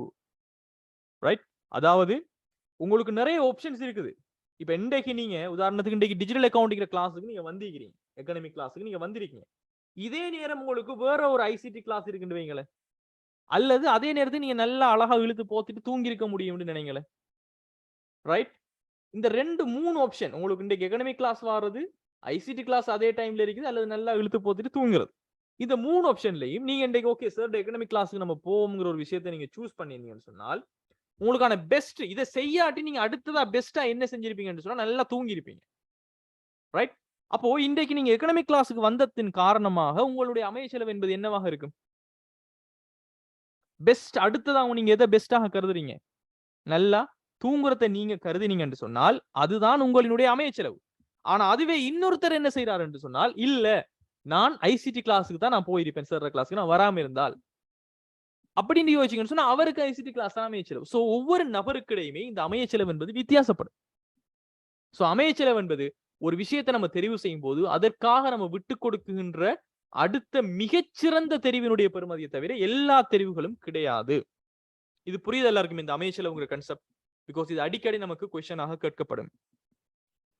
ரைட். சோ இந்த அமைய செலவு என்பது நம்மளுக்கு பொருட்கள் சேவைகளை உற்பத்தி செய்யும் போதும் இடம்பெறும். காரணம் என்ன? நீங்க ஒரு பொருளை உற்பத்தி செய்யறீங்கடா, அதுக்கு பயன்படுத்துற நிலம், உழைப்பு, மூலதனம், முயற்சி எல்லாத்தையுமே பயன்படுத்தி வேறொரு பொருளையும் உற்பத்தி செஞ்சிருக்க முடியும். சோ அதுக்கு ஒரு மாற்று பயன்பாடு என்பது காணப்படுகிறது. அதன் மூலமாக கிடைக்கக்கூடிய வருமானம் அதனை நீங்க இழக்கிறீங்க. ரைட். அல்லது இப்ப இன்றைக்கு கிளாஸுக்கு வாரத்தை நீங்க ஒரு ஃபேமிலி கூட ஸ்பெண்ட் பண்ணிருக்க முடியும் இந்த டைம்னு சொன்னால் அந்த ஒரு விஷயத்தை நீங்க இழக்கிறீங்க. சோ அமைய செலவு என்பது காணப்படும். சோ இது ஒரு பொருளாதார வளங்களாக இருக்கிற பட்சத்துல இந்த பொருளாதார வளங்கள் அருமைத்தன்மை கொண்டவையாக காணப்படுகின்றது என்பதன் காரணமாக இந்த பொருளாதார வளங்களை நம்ம பயன்படுத்தும் போது அதற்கு கட்டாயமாக ஒரு அமைய செலவு ஒன்று தோன்றும். பிகாஸ் இது அருமையான வளம், இது வேறொரு விஷயத்துக்கு நம்ம பயன்படுத்தி இருக்கலாம், அது எதுக்காக நம்ம பெஸ்ட்டுக்கு பயன்படுத்தாம விட்டோமோ அது பயன்படுத்தியதனுடைய அமைய செலவாக காணப்படும்.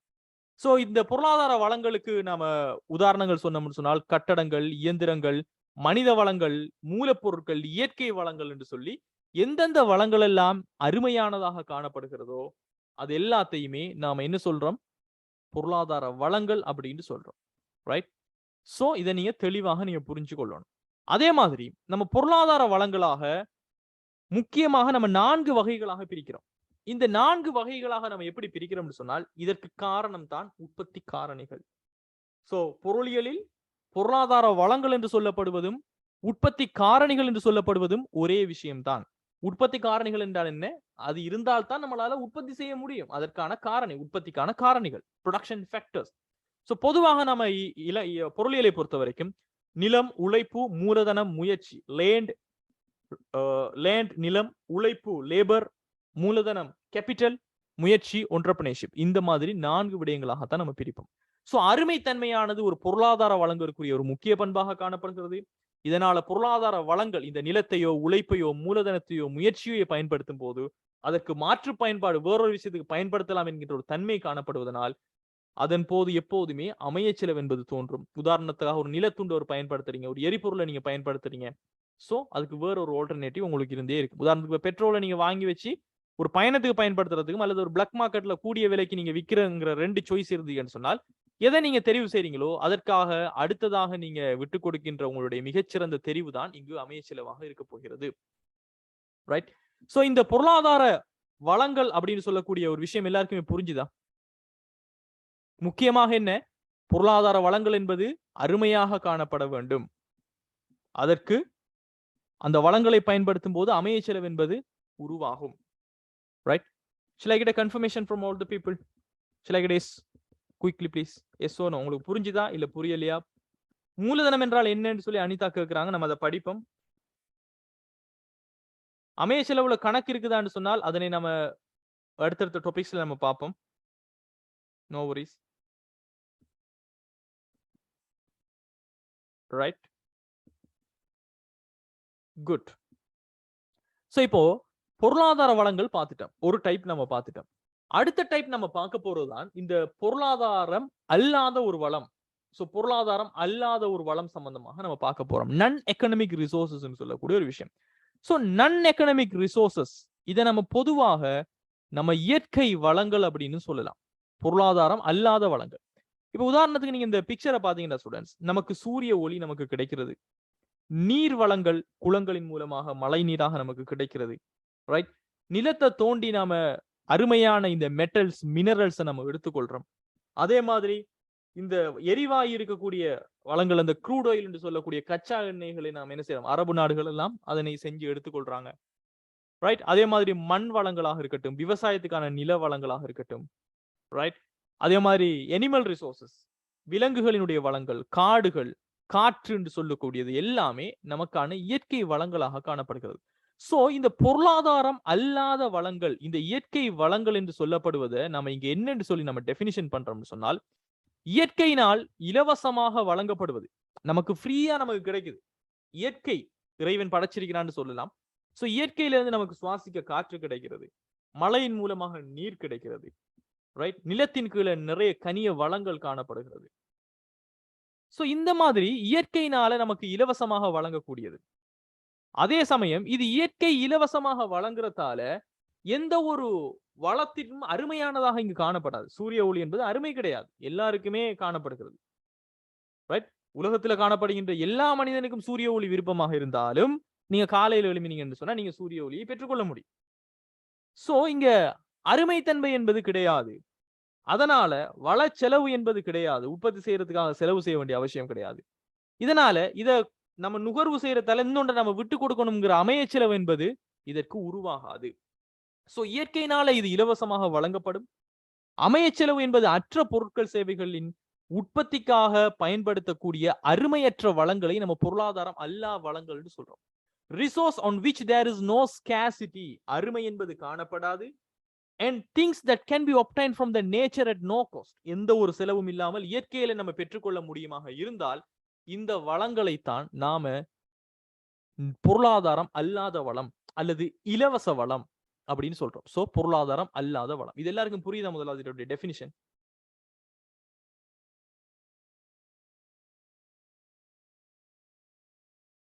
அந்த வளங்களை பயன்படுத்தும் போது எப்படி சார் அமைய செலவு தோன்ற அப்படின்னு சொல்லி கேட்கிறாங்க. ஜெய்னப் ஜுல்ஃபிகார் கேட்கிறாங்க. சோ இப்படித்தான் வளங்கள் என்பது அமைய செலவு உண்டா இப்படித்தான் சொல்றது. உங்கள்கிட்ட யோசிச்சுக்கோங்க, உங்களோட வீடு பக்கத்துல உங்களுக்கு ஒரு காணி ஒன்று இருக்கிறதுன்னு வைங்களேன், உங்கள்கிட்ட ஒரு நிலம் ஒன்று இருக்கிறது. அந்த நிலத்துல நீங்க பயிரும் இடலாம், அல்லது ஒரு வீட்டை கட்டி வாடகைக்கும் நீங்க கொடுக்கலாம், அல்லது நீங்களே அந்த நிலத்துல ஒரு வீடு கட்டி நீங்களும் வாழ்ந்து கொள்ளலாம். இப்படி நிறைய ஆப்ஷன் இருக்குது உங்கள்கிட்ட. நீங்க அந்த நிலத்துல இப்ப இருக்கிற எக்கனாமிக் சிச்சுவேஷனை யோசிச்சு, மரக்கறிகளுக்கான விலைகளை எல்லாம் யோசிச்சு நம்ம வாடகைக்கு கொடுக்கறதை விட நாமளே அந்த நிலத்துல பயிரிட்டு நாமளே அதுல விளைச்சலை நம்ம ஏற்படுத்திக் கொள்வோம், அந்த முடிவுக்கு நீங்க வாரீங்க. அப்போ அந்த நிலம் என்பது ஒரு பொருளாதார வளம். காரணம் என்ன? அது ஒரு அருமையானது. உங்கள்கிட்ட நாடு ஃபுல்லா இருக்கக்கூடிய எல்லா நிலமுமே உங்கள்கிட்ட இல்ல, ரைட்? சோ உங்கள்கிட்ட காணப்படுகின்ற வளம் என்பது ஒரு பற்றாக்குறையான ஒரு வளம், ஒரு லிமிடெட் ரிசோர்ஸ். அது ஒரு பொருளாதார வளம். அதனை நீங்க பயிரிடுவதற்கு பயன்படுத்தினால் அதன் மூலமாக ஒரு வீடு கட்டி அதுல வாழ்ந்து கொள்வதற்கான ஒரு நன்மையை நீங்க இழக்கிறீங்க. அல்லது அந்த நிலத்தை ஒரு லீஸுக்கு சரி, ஒரு குத்தகைக்கு சரி, வேற யாருக்கு சரி கொடுத்து அதன் மூலமாக கிடைக்கக்கூடிய வருமானத்தை நீங்க இழக்கிறீங்க. சோ இந்த நிலத்தை நீங்க ஒரு பயிரிடுற ஒரு உற்பத்திக்கு பயன்படுத்துவதன் காரணமாக நீங்க என்ன செய்றீங்க? வருமானத்தையும் இழக்கிறீங்க, இல்ல நீங்க ஒரு வீடு கட்டக்கூடிய ஒரு தன்மையை நீங்க இழக்கிறீங்க. இதுல பெஸ்ட் எதுன்னு சொன்னால், நீங்க ஒரு லீஸுக்கு கொடுத்திருக்கிறதுன்னு சொல்லி உங்களோட மனசுல ஏற்படுத்துன்னு சொன்னால், அந்த லீஸுக்கு கொடுத்திருப்பதன் மூலமாக உங்களுக்கு எவ்வளவு வந்திருக்கும் என்பதுதான் நீங்க பயிரிட்டதன் காரணமாக இழந்தது. அதுதான் அமைய செலவு. Make sense Zainab now? Right? Fathima Zahara கேட்டிருக்காங்க, சார் அருமைண்டா என்னன்னு ஷார்ட்டா கொஞ்சம் சொல்லுங்க. அருமை என்பது சிம்பிள், ஸ்கேசிட்டி நம்ம இங்கிலீஷ்ல சொல்லுவோம். அதாவது சமூகத்தினுடைய விருப்பத்தை நம்ம ஒப்பீடு செய்ய முடியாது. மனிதனுடைய எல்லா விருப்பங்களையும் ஒப்பீடு செய்ய சொன்னால் அந்த விருப்பங்களை பூர்த்தி செய்வதற்கு நம்மளோட பொருளாதாரம், நம்மளோட நாடு, நம்மளோட உலகம் எல்லாத்திலையும் காணப்படுகின்ற வளங்கள், நிலம், உழைப்பு, மூலதன முயற்சி எல்லாத்தையும் எடுத்துட்டு போனாலும் அது பற்றாக்குறையாகத்தான் காணப்படும். சோ சமூகத்தினுடைய எல்லையற்ற விருப்பங்களோடு ஒப்பீடு செய்யும்போது அதனை பூர்த்தி செய்யக்கூடிய வளங்கள் பற்றாக்குறையாக காணப்படுவதனை தான் நம்ம அருமை அப்படின்னு சொல்லுவோம். Right? Make sense? Yes Sumaiya, நீங்க ஃபெஸ்ட்ல இருந்து படிச்ச ரெக்கார்டிங் எடுக்க முடியும். எஸ் யூடியூப்ல அது திரும்ப மறுபடியும் ஒரு லைவ் கிளாஸ் ஆக போகும். நான் அதை பத்தி டைம் டேபிளை நான் போட்டுட்டு நான் டுடே வந்துட்டு இன்ஃபார்ம் பண்றேன். ஓகே, மேபி டுடே வந்துட்டு அக்கவுண்டிங் லைவ் கிளாஸ் பெரும்பாலும் ஃபெஸ்ட் கிளாஸ் வந்துட்டு இருக்கும். I will confirm about it. Right? So நல்லா பாருங்க, utilisation of non economic resources result in no opportunity cost. இந்த பொருளாதாரம் அல்லாத வளங்களை நம்ம பயன்படுத்தும் போது அது நமக்கு ஒரு அமைய செலவை உருவாக்காது. If these resources are available they can be used without any limit. எந்த ஒரு லிமிட்னஸும் இல்லாம நம்மளால பயன்படுத்த முடியும். At it is important to understand that unlimited supply of the resources doesn't exist. Right? இது ஒரு முக்கியமான ஒரு பாயிண்ட். நிறைய பேர் இதை உங்களுக்கு படிச்சு தர மாட்டாங்க, பட் எக்ஸாம்ல இது வந்துட்டு உங்களுக்கு டெஸ்டபுளாக இருக்கும். ரைட்? சோ இதுல பாத்தீங்கன்னு சொன்னால் நம்ம படிக்கும் போது ஸ்டூடெண்ட்ஸ் நாம இந்த பொருளாதார பண்டங்கள் சம்பந்தமாக நம்ம படிச்சிருப்போம். உதாரணத்துக்கு நம்ம ஏற்கனவே இந்த பொருளாதார வளங்கள் சம்பந்தமாக நம்ம பார்க்கும்போது பொருளாதார வளங்களுக்கு நம்ம டெபினிஷன் பண்ணும்போது சமூகத்தினுடைய விருப்பங்களோடு ஒப்பீடு செய்யும் போது அருமையானதாக காணப்படுவது. ரைட்? அருமையான வளங்களை நம்ம பொருளாதார வளங்கள் சொல்லுவோம், அதற்கு அமைய செலவுன்னு சொல்லுவோம்.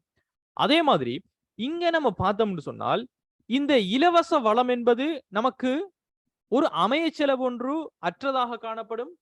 அதே மாதிரி ஒரு அருமையற்ற வளங்கள் மனிதனுடைய விருப்பங்களோடு ஒப்பீடு செய்யும் போது யாருக்குமே இது பற்றாக்குறையாக காணப்படாது, அருமையற்ற வளங்கள். ஆனால் அதற்காக நாம இதை சொல்ல முடியாது, இதனுடைய அளவின்றி மிகையாக நிரம்பல் அற்றது அப்படின்னு நம்மளால சொல்ல முடியாது. வரையறையற்ற நிரம்பல் அற்றது அப்படின்னு நம்மளால சொல்ல முடியாது. இது புரியுதா உங்களுக்கு? அதாவது வரையறையற்ற நிரம்பல், அன்லிமிட்டெட் சப்ளைன்னு நம்ம சொல்லவே முடியாது. சம்டைம் உங்களுக்கு இது பிழையாக உங்களோட ஸ்கூல்ல படிப்பிக்கப்படும், சம்டைம் வேற எங்க சார் நீங்க கிளாஸுக்கு போனாலும் அது உங்களுக்கு பிழையாக படிப்பிக்கப்படும். அன்லிமிட்டெட் சப்ளைன்னு படிப்பாங்க, எல்லையற்ற நிரம்பல்னு படிப்பிப்பாங்க. நோ. ரைட்?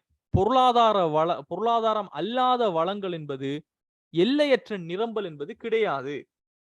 எல்லையற்ற நிரம்பல்டா இப்ப உதாரணத்துக்கு யோசிச்சு பாருங்க ஸ்டூடெண்ட்ஸ், இந்த பெட்ரோலியம் என்பது நமக்கு இயற்கையிலிருந்து கிடைக்கக்கூடிய ஒரு வளம். பட் மனிதன் அதற்கு முயற்சி செய்து நம்ம பெற்றுக்கொள்ளணும். இயற்கையிலிருந்து கிடைக்கக்கூடிய ஒரு வளம் பெட்ரோலியம், கனிய வளங்கள் என்பது. இந்த ரத்தினக்கல் எடுக்கிறது பெட்ரோலியம், அதற்கான எண்ணெய்கள், கச்சா எண்ணெய், க்ரூட் ஆயில் என்று சொல்லக்கூடிய ஆயில் எல்லாம் நம்ம எடுக்கிறோம். ஆனால் இது நமக்கு இயற்கை வளம் தான், ரைட்? இது ஒரு பொருளாதாரம் அல்லாத வளம் தான். ஆனால் இது ஒரு அன்லிமிட்டெட் சப்ளையாக இருக்குமா? நமக்கு நம்ம தோண்ட தோண்ட பெட்ரோல் வந்துகிட்டே இருக்குமா? No, this is not an unlimited supply, ரைட்? எந்த ஒரு இயற்கை வளமாக இருந்தாலும் அது ஒரு பொருளாதாரம் அல்லாத ஒரு வளமாக இருக்கிறதுக்காக எல்லையற்ற நிரம்பல் நம்ம சொல்ல முடியாது, ரைட்? இப்ப உதாரணத்துக்கு நீங்க பாத்தீங்கன்னு சொன்னால் மழை நீர் என்பது ஒரு இயற்கை வளமாக இருக்கிறது, பொருளாதார வளமாக இருக்கிறது. ஆனால் மழை பெஞ்சா தான் உங்களுக்கு என்ன செய்யும்? மழை நீரை பெற்றுக்கொள்ள முடியுமா இல்லையா? நீங்க நினைக்கிற டைம் எல்லாம் உங்களுக்கு கிடைக்குமா? யோசிச்சு பாருங்க. இப்ப எத்தனையோ நாட்கள்ல மழை நீர் என்பது கிடைக்காமல் குளங்கள் வந்து வற்றி காணப்படுகிறது, மின்சாரம் அதுல உற்பத்தி செய்யப்பட முடியலன்னு சொல்றாங்க. சோ அது ஒரு விலை இல்லாம நம்ம பெற்றுக்கொள்றோம், இயற்கையால நமக்கு கிடைக்குது, அமைய செலவு அற்றதாக காணப்படுகிறது. ஆனால் அன்லிமிட்டெட் சப்ளை என்பதற்கு கிடையாது. சூரிய ஒளி எடுத்து போங்க, இரவையில உங்களுக்கு சூரிய ஒளி கிடைக்குமா? இரவையில சூரிய ஒளி கிடைக்காது, ரைட்? ஃப்ரெஷ் ஏர், ஒரு சுவாசிக்கக்கூடிய ஒரு தூய காற்று உங்களுக்கு எல்லா இடங்களையும் கிடைக்குமா? நீங்க எப்ப சரி நீங்க போனீங்கன்னு சொன்னா ஸ்டூடெண்ட்ஸ், நுவரெலியால இருக்கக்கூடிய பிரதேசங்களுக்கு நீங்க போய் பாருங்க. அந்த டூரிஸ்ட் வந்துட்டு அங்க வாரத்துக்கான ரீசனை நீங்க அவங்ககிட்ட கேட்டீங்கன்னு சொன்னால், வேற எங்கேயும் இல்லாத ஒரு ஆக்சிஜன் எங்களுக்கு இங்க கிடைக்கும், அவ்வளவுக்கு ஒரு சுவாசிக்கிறதுக்கான அவ்வளவு ஒரு காற்றொண்டு கிடைக்கும். சோ நுவரெலியா போன்ற அந்த ஹக்கல பிரதேசம், நுவரெலியால இருக்கக்கூடிய முக்கியமான tourist stop, I can't remember the exact name of that particular village, but Nuwara Eliya இருக்கக்கூடிய ஒரு மிக பிரபலமான ஒரு டூரிஸ்ட் பிளேஸ் ஒன்று சொல்லுங்க பாப்போம். ஐ கான்ட் ரிமெம்பர் தி நேம். அங்க டூரிஸ்ட் வந்து போறதுக்கான மிச்சம் காரணமே ஒரு தூய காற்று என்பது கிடைக்கும் என்பதுதான். சோ காற்று என்பது எல்லா இடமும் கிடைக்கக்கூடியது, ரைட்? காற்று என்பது எல்லா இடமும் கிடைக்கக்கூடியது, ஆனா தூய காற்று என்பது எல்லா இடமும் கிடைக்காது, ரைட்? சோ இதெல்லாம் என்ன? இயற்கை வளங்கள் தான், பொருளாதாரம் அல்லாத வளங்கள் தான், ஆனால் அன்லிமிட்டெட் சப்ளை என்பது கிடையாது. இதை நீங்க புரிஞ்சுக்கொள்ளணும். அதே மாதிரி இந்த இயற்கை வளங்களை நம்ம எல்லையற்று பயன்படுத்தினால் பிரச்சனைகளும் தோன்றும். இப்ப உதாரணத்துக்கு மீன் வளம் இருக்குது. மீன் வளம் என்பது ஒரு இயற்கை வளம், நம்ம இலவசமாக நம்ம பெற்றுக்கொள்றோம், ரைட்? ஆனால் இதற்கு அன்லிமிட்டெட் சப்ளை என்பது கிடையாது.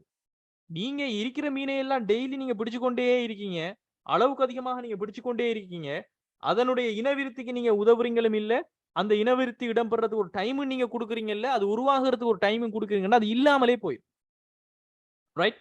சோ இயற்கை வளங்களை அதனால தான் எல்லையற்று பயன்படுத்தக்கூடாது. மண்களை நம்ம அகழ்ந்தெடுக்கிறதாக இருக்கட்டும், சுரங்கங்களை நம்ம அகழ்ந்தெடுக்கிறதாக இருக்கட்டும், இதுக்கெல்லாம் ஏன் அரசாங்கம் பிடிக்கிறாங்க, பெர்மிட் கொடுக்குறாங்கன்னு சொன்னால், அளவுக்கு மீறி பயன்படுத்தினால் அது இல்லாமலே போய்விடும் அந்த வளம், ரைட்? சோ இயற்கை வளங்களை எல்லையற்று பயன்படுத்தினால் சர்வதேச ரீதியாக பெருமளவிலான பிரச்சனைகளை எதிர்நோக்க வேண்டி வரும். உதாரணத்துக்கு வளிமண்டலத்தினுடைய வெப்பநிலை ஏன் உயர்வடைகிறது? அளவுக்கு அதிகமாக கார்பன் புகை தரக்கூடிய வாகனங்களை நம்ம உற்பத்தி செய்யறோம், அளவுக்கு அதிகமாக வளிமண்டலத்தில் இருக்கக்கூடிய விஷயங்களை நாம எடுக்கிறோம். சோ வளிமண்டலத்தினுடைய வெப்பநிலை உயர்வடையும், பனிக்கட்டிகள் உருகுகிற பிரச்சனைகள் உருவாக போகிறது, ஓசோன் படலத்துல துவாரம் விழுகிறது, வறட்சியை எதிர்நோக்க வேண்டும். காடுகளை எல்லாம் நீங்க அழிச்சீங்கன்னா என்ன செய்யப்படும்? காடுகள் மூலமாகத்தான் மழை என்கின்ற ஒரு விஷயம் வந்து கிடைக்கும் நமக்கு. நீங்க சயின்ஸ்ல படிச்சிருப்பீங்க, வெள்ளம் போன்ற இயற்கை அழிவுகள் வரதுக்கான காரணங்கள். சோ இதெல்லாமே இயற்கை வளங்களை நம்ம அளவுக்கு அதிகமாக நம்ம எடுத்து நம்ம பயன்படுத்தினோம்னு சொன்னால் பெரிய பெரிய பிரச்சனைகள் எல்லா நாட்டு மக்களுக்குமே இடம்பெறும். இதை வந்துட்டு இப்ப நீங்க பாத்தீங்கன்னு சொன்னா பல்வேறுபட்ட நாடுகள், G8 G7 மாநாடுகள், இந்த மாதிரியான மாநாடுகள் எல்லாம் என்ன மாதிரி சூழலை பாதுகாக்கிற இந்த நிறுவனங்கள் எப்படி செயற்படணும், என்ன மாதிரி சமூக அக்கறையில இந்த ப்ராடக்ட்ஸ் எல்லாம் செய்யப்படணுங்கிறத எல்லாமே செய்யறாங்க. சோ இந்த பிரச்சனைகளால தோன்ற பாதிப்புகளை இந்த தவிர்த்துக் கொள்வதற்கு இயற்கை வளங்களை நம்ம என்ன செய்யணும்? பாதுகாப்பாக வைத்துக் கொண்டிருக்க வேண்டும். சோ இது உங்களுக்கு கட்டாயமாக உங்களுக்கு தெரிந்திருக்க வேண்டிய விஷயம். சோ நாம பொருளாதார வளங்கள் என்றால் என்னன்னு நம்ம படிச்சிருக்கிறோம், அதே மாதிரி பொருளாதாரம் அற்ற வளங்கள் என்றும் நம்ம படிச்சிருக்கிறோம். முக்கியமான ஒரு பாயிண்ட், பொருளாதாரம் அல்லா வளங்கள் அப்படின்னு சொல்றதுக்காக அவை எல்லையற்ற நிரம்பல் என்று சொல்வது கிடையாது, அவையும் வரையறுக்கப்பட்ட ஒரு நிரம்பலில் தான் காணப்படும். இது வளங்கள்ல நம்ம படிச்ச வகைகள். Is it clear all of you? G7 என்பது ஸ்டூடெண்ட்ஸ் முக்கியமான பவர்ல இருக்கக்கூடிய 7 நாடுகள் சேர்ந்து காணப்படுவதுதான் G7 அப்படின்னு சொல்லுவோம். G7 மாநாடுகள் என்றும் நடக்கும். ஓகே, கூகுள்ல சர்ச் பண்ணுங்க Mariam, you will get it. Right. இப்போ இதனுடைய அடுத்த கான்செப்ட் தான் ஸ்டூடெண்ட்ஸ், வளங்கள் என்பது நாம என்ன படிச்சது? வளங்கள் என்பதும் பொருட்கள் என்பதும் வித்தியாசமானது. இதை புரிஞ்சுக்கொள்ளும் நீங்க. வளம் என்பது இப்ப நிலம், உழைப்பு, மூலதனம், முயற்சி என்பது வளம் தான். அது வளமாக மாத்திரமே இருந்தால் நம்மளால பொருள் சேவை என்று சொல்ல முடியாது. பிகாஸ் நிலத்தை நம்ம பயன்படுத்தணும், உழைப்பை நம்ம பயன்படுத்தணும், மூலதனத்தை நம்ம பயன்படுத்தணும், முயற்சி என்றதை நம்ம பயன்படுத்தணும். இதையெல்லாம் சேர்த்து நம்ம என்ன செய்வோம்? உற்பத்தி, ப்ரொடக்ஷன் என்கின்ற ஒரு விஷயத்துல நம்ம செய்வோம். அதன் மூலமான வெளியீடு தான் என்னவாக காணப்படும்? பொருட்கள் அல்லது சேவைகளாக காணப்படும். சோ நம்மோட உற்பத்திக்கு நம்ம சூரிய ஒளியை பயன்படுத்த முடியும், நிலத்தை பயன்படுத்த முடியும், உழைப்பை பயன்படுத்த முடியும், ஏன் மழை நீரை பயன்படுத்த முடியும். சோ இந்த வளங்கள் என்பது இந்த உற்பத்தி செயல்முறைக்கு நமக்கு தேவையானவை. சோ அந்த வளங்களை நம்ம பொருளாதார வளம், பொருளாதாரம் அல்லாத வளம் என்று படிச்சுக்கிறோம். இதை நம்ம எதை வச்சு செல்வோம் என்று சொன்னால், அருமையான தன்மை கொண்டவை, அமைய செலவு கொண்டவை பொருளாதார வளமாகவும், அருமையற்ற தன்மை, அமைய செலவு இல்லாதவை நாம பொருளாதாரம் அல்லாத வளங்கள். இது எல்லாமே என்னதுக்கு பயன்படுத்தப்படும்? பொருட்கள் செய்ய உற்பத்திக்கு பயன்படுத்தப்படும். அப்போ நமக்கு பண்டங்கள் அப்படின்னு சொல்லக்கூடிய அல்லது பொருட்கள் அப்படின்னு சொல்லக்கூடிய ஒரு விஷயம் வந்து நமக்கு என்னன்னு தெரியும். So what is mean by goods in economics? So பொருளியலை பொறுத்த வரைக்கும், பொருளாதாரத்துல பொருளியலை பொறுத்த வரைக்கும் பொருள் அல்லது பண்டம் அப்படின்னு சொல்றதால நம்ம என்னத்தை கருத்துல கொள்றோம் என்பதை நம்ம தெளிவா புரிஞ்சு கொள்ளணும். சோ பொருட்கள் என்பது ஸ்டூடெண்ட் எதுவாகவும் இருக்கலாம். நீங்க வீட்டுக்கு சமைக்கிறதுக்கு வாங்குற மரக்கறியாக இருக்கலாம், அல்லது பல வகைகளாக இருக்கலாம், ரைட், அல்லது ஒரு குரோசரியா இருக்கலாம், அல்லது வீட்டுல வச்சுக்கிற சீப்புல இருந்து தலகணில இருந்து எதுவாகவும் இருக்க முடியும். சோ பொருள் என்பதை நாம எக்கனாமிக்ஸ்ல எப்படி நம்ம டிஃபைன் பண்றோம்னு சொன்னால், ஏதாவது ஒன்று, வாட்டெவர், ஏதாவது ஒன்று மனிதனுடைய தேவைகளையும் விருப்பங்களையும் திருப்திப்படுத்துகின்ற வகையில உங்களுக்கு அது கருமமாற்றுது, உங்களோட திருப்திப்படுத்துற வகையில உங்களுக்கு விஷயங்களை நிறைவேற்றி தருவதாக இருந்தால் அதனை நம்ம பொருட்கள் அப்படின்னு சொல்லுவோம். இன்னும் டீப்பா சொல்லணும்னு சொன்னால், anything which provides a positive satisfaction, நீங்க அதை பயன்படுத்துவதன் மூலமாக ஒரு பாசிட்டிவான ஒரு satisfaction, ஒரு திருப்தியை நீங்க உணர்றீங்க, நேர்க்கணிய திருப்தின்னு நம்ம சொல்லுவோம்.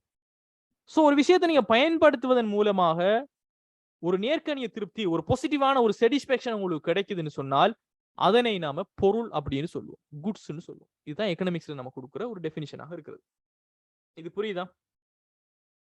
எஸ், பொருட்கள் சேவைகளே எனது நேம் தானே பண்டம் என்று சொன்னால், சேவைகளை நாம பண்டம் என்று சொல்வது கிடையாது. ரைட், நாம பொதுவாக நம்ம எக்கனாமிக்ஸ்ல ஆய்வு செய்வது பொருட்களை பற்றி தான். ஓகே, சோ பொருளுக்குரிய டெஃபினிஷன் எல்லாருக்குமே புரிஞ்சுதா? எதுவாகவும் இருக்கலாம், நாம அதை பயன்படுத்துவதன் மூலமாக நல்ல ஒரு சாட்டிஸ்ஃபேக்ஷன் நமக்கு கிடைக்கும், அதை நாம பொருள்னு நம்ம சொல்லுவோம். That is the definition given by in economics. So இதைத்தான் நம்ம பொருளியல்ல பொருள் என்பதனால கருதுறோம். இப்போ இந்த பொருள் என்பதனை நம்ம வகைப்படுத்தணும்னு சொன்னா ஸ்டூடெண்ட்ஸ், எக்கனாமிக்ஸ்ல நம்ம பிசினஸ் ஸ்டடீஸ் நம்ம படிச்சிருந்தோம்னு சொன்னால், பிசினஸ் ஸ்டடீஸ்ல நம்ம வேற விதமா நம்ம வகைப்படுத்திப்போம். நுகர்வு பொருட்கள், கைத்தொழில் பொருட்கள், ரைட், இன்னும் நம்ம படிப்போம் கடை பொருள், வசதி பண்டம் அப்படின்லாம் நிறைய விஷயங்கள் படிப்போம். பட் எக்கனாமிக்ஸை பொறுத்த வரைக்கும் நம்ம அப்படியெல்லாம் நம்ம டிஃபைன் பண்ண போறது கிடையாது.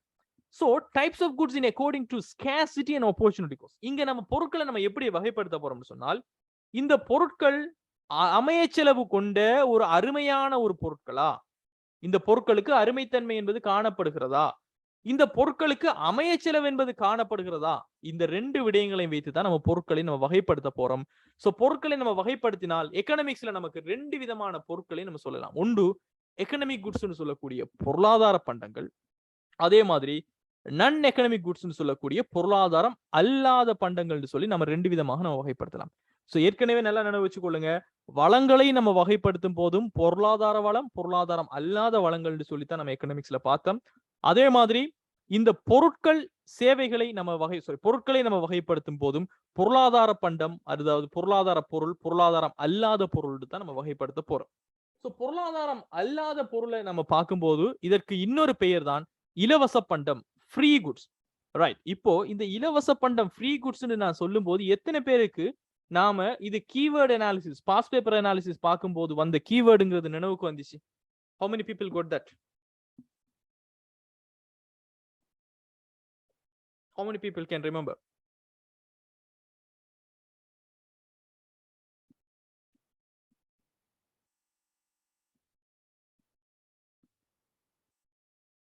ரைட், யோசிச்சு பாருங்க. ஃப்ரீ குட்ஸ், இலவச பண்டங்கள் சம்பந்தமாக நிறைய விஷயங்கள் நம்ம பாஸ் பேப்பர் அனாலிசிஸ் பண்ணும்போது இந்த வசனம் யூஸ் பண்ணப்பட்டது நினைவு வந்துச்சா? ஃபர்ஸ்ட் கிளாஸ்க்கு நீங்க வந்திருந்தீங்கன்னா உங்களுக்கு விளங்கியிருக்கும், அல்லது வீடியோஸை பார்த்திருந்தாலும் உங்களுக்கு நினைவுக்கு வந்திருக்கும். இலவச பண்டம் என்பதை கீழ்வரும் ஒன்றில் இலவச பண்பது என்ன, இலவச பண்டம் என்பதனால் கருதப்படுவது என்னன்னு சொல்லி நிறைய தடவை கொஸ்டின் வந்திருக்கு. சோ இந்த இலவச பண்டம், பொருளாதாரம் அல்லாத பண்டம், இயற்கை பண்டம், செலவில்லாத பண்டம் என்று சொல்லலாம் இந்த பொருளாதாரம் அல்லாத பண்டங்களை. சோ நான் economic goods, free goods, natural goods, cost free goods சொல்லி நிறைய விஷயங்களை நம்ம சொல்ல முடியும். ரைட். சோ இதுல எக்கனாமிக் குட்ஸ் நம்ம பத்தி பார்ப்போம். இப்ப பொருளாதார பண்டம் நல்லா நினைவு வச்சு கொள்ளுங்க. இந்த பொருளாதார பண்டம் என்பது வேறு, பொருளாதார வளம் என்பது வேறு. வளம் என்பது பொருட்கள் சேவைகளுக்காக பயன்படுத்தப்படுகின்ற இன்புட்ஸ். ஆனால் பொருளாதாரத்தின் காணப்படுகின்ற வளங்களை பயன்படுத்தி உற்பத்தி செய்யப்பட்ட வெளியீடுகள் தான் பொருட்கள்.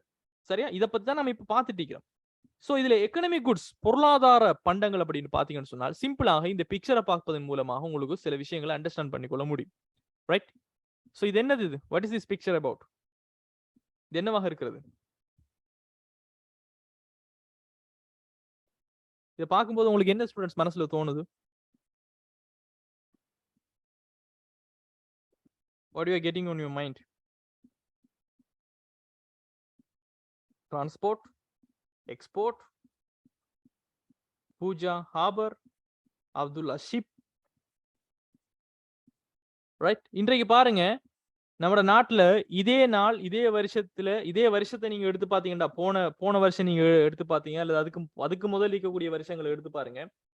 எப்ப சரி நம்ம நாட்டுல அந்த கப்பல் வந்துச்சு, இந்த கப்பல் இன்றைக்கு வரப்போகுது, இதை பத்தி பேசியிருப்பாங்களா நியூஸ்ல இதுக்கு முதல்? ரைட்? பெட்ரோல் கப்பல் அன்றைக்கு வரப்போகுது, இன்றைக்கு வரப்போகிறது, இந்த கப்பல் இந்த தேதியில வரப்போகுதுன்னு சொல்லி இதுக்கு முதல் பேசல, இப்ப பேசுறாங்க. காரணம் என்ன? இப்போ தட்டுப்பாடு. ரைட்?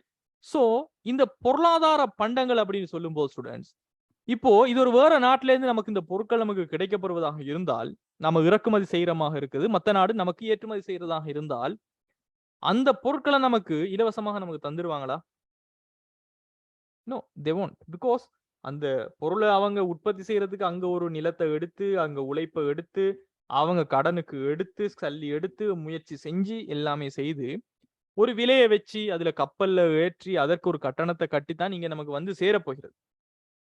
சோ இந்த பொருளாதார பண்டங்களுக்கு நாம இப்ப டெபினிஷன் ஒன்று கொடுத்தோம்டா ஸ்டூடெண்ட்ஸ். இந்த ஒரு விஷயத்தை நீங்க ஒரு மனசுல வச்சுக்கொண்டு, சோ பொருளாதார பண்டங்களுக்குரிய டெபினிஷன் நம்ம பார்த்தோம்னு சொன்னால், எந்த ஒரு பொருள் அல்லது சேவையானது அதனுடைய உற்பத்தியில ஒரு அருமைப்பாடு, உற்பத்தியில அருமைப்பாடு என்ன அர்த்தம்? மனிதனுடைய விருப்பங்களோடு ஒப்பீடு செய்யும் போது இவங்க உற்பத்தி செய்யற பொருள் மிச்சம் கொஞ்சம் தான், மிச்சம் குறைவுதான். சோ அதனுடைய உற்பத்தியில ஒரு அருமைப்பாட்டையும் கொண்டிருக்கிறது, அதனை நுகர்வு செய்யும் போது ஒரு அமைய செலவினையும் கொண்டிருக்கும். பிகாஸ் அந்த பொருளை நீங்க பயன்படுத்துவதன் மூலமாக, அதற்கு ஒரு விலையை கொடுத்து காசை கொடுப்பதன் மூலமாக இன்னொரு பொருளை பயன்படுத்துவதற்கான சந்தர்ப்பத்தை நீங்க இழக்கிறீங்க. சோ உற்பத்தி செய்யும் போதும் அருமை, அதை நீங்க பயன்படுத்தி நுகர்வு செய்யும் போது ஒரு அமைய செலவும் கொண்டிருக்குமாயின் அந்த பொருட்களை நம்ம பொருளாதார பண்டம் அப்படின்னு நம்ம சொல்லுவோம். சோ அருமைப்பாடுடைய வளங்களினுடைய ஒன்றிணைந்த காரணிகள், அருமைப்பாடுடைய வளங்கள் என்றால் என்ன? பொருளாதார வளங்கள், நிலம், உழைப்பு, மூலதன, முயற்சி. இந்த வளங்களை எல்லாம் ஒன்றிணைத்து அதனை உள்ளீடுகளாக பயன்படுத்தி இந்த பண்டங்கள் வந்துட்டு என்ன செய்யப்படும்? இந்த பொருட்கள் சேவைகள் வந்துட்டு சமூகத்துல ஒரு குறிப்பிட்ட வர்க்கத்தினருக்காக உற்பத்தி செய்யப்படும். எல்லா பொருளும் எல்லாருக்குமே உற்பத்தி செய்யப்படுறது கிடையாது. ஐபோன் என்பது ஒரு குறிப்பிட்ட ஒரு லெவல் இன்கம் இருக்கிறவங்களுக்காக தான் உற்பத்தி செய்யப்படுகிறது. இப்ப சீனாவில நீங்க பாத்தீங்கன்னு சொன்னா, சீனா ஒரு 5 ரூபாய்க்கும் போன் உற்பத்தி செய்யும், 5 லட்சத்துக்கும் உற்பத்தி செய்யும். அந்த 5 ரூபாய்க்கு உற்பத்தி செய்யறது அவங்க ஒரு பெர்டிகுலர் பீப்புளை டார்கெட் பண்ணி உற்பத்தி செய்வாங்க. 5 லட்சம் ரூபாய்க்கு உற்பத்தி செய்வது ஒரு பெர்டிகுலர் பீப்புளை டார்கெட் பண்ணி இருக்கு. ரைட்? ஒரு சாதாரணமாக பக்கத்துல இருக்கிற கடையில உற்பத்தி செய்யப்படுகின்ற ஒரு பராட்டாக்கும், அதே சமயம் நீங்க ஒரு 5 ஸ்டார் ஹோட்டல்ல போய் சாப்பிடக்கூடிய ஒரு உணவுக்கு என்ன செய்யப்படும்? வித்தியாசம் இருக்கு. சோ இந்த பொருட்கள் என்பது ஒரு அமைய செலவை, அருமைப்பாட்டை கொண்டும் அமைய செலவை கொண்டும் காணப்படுத்து ஒரு சமூகத்தில் ஒரு குறிப்பிட்ட ஒரு வர்க்கத்தினருக்காக உற்பத்தி செய்யப்படுமாக இருந்தால் அவற்றை நாம பொருளாதார பண்டங்கள் அப்படின்னு நம்ம சொல்லுவோம். இது புரியுதா இருக்கும்? இதனுடைய டெபினிஷன் நான் கொடுக்கிறது make sense? Make sense guys?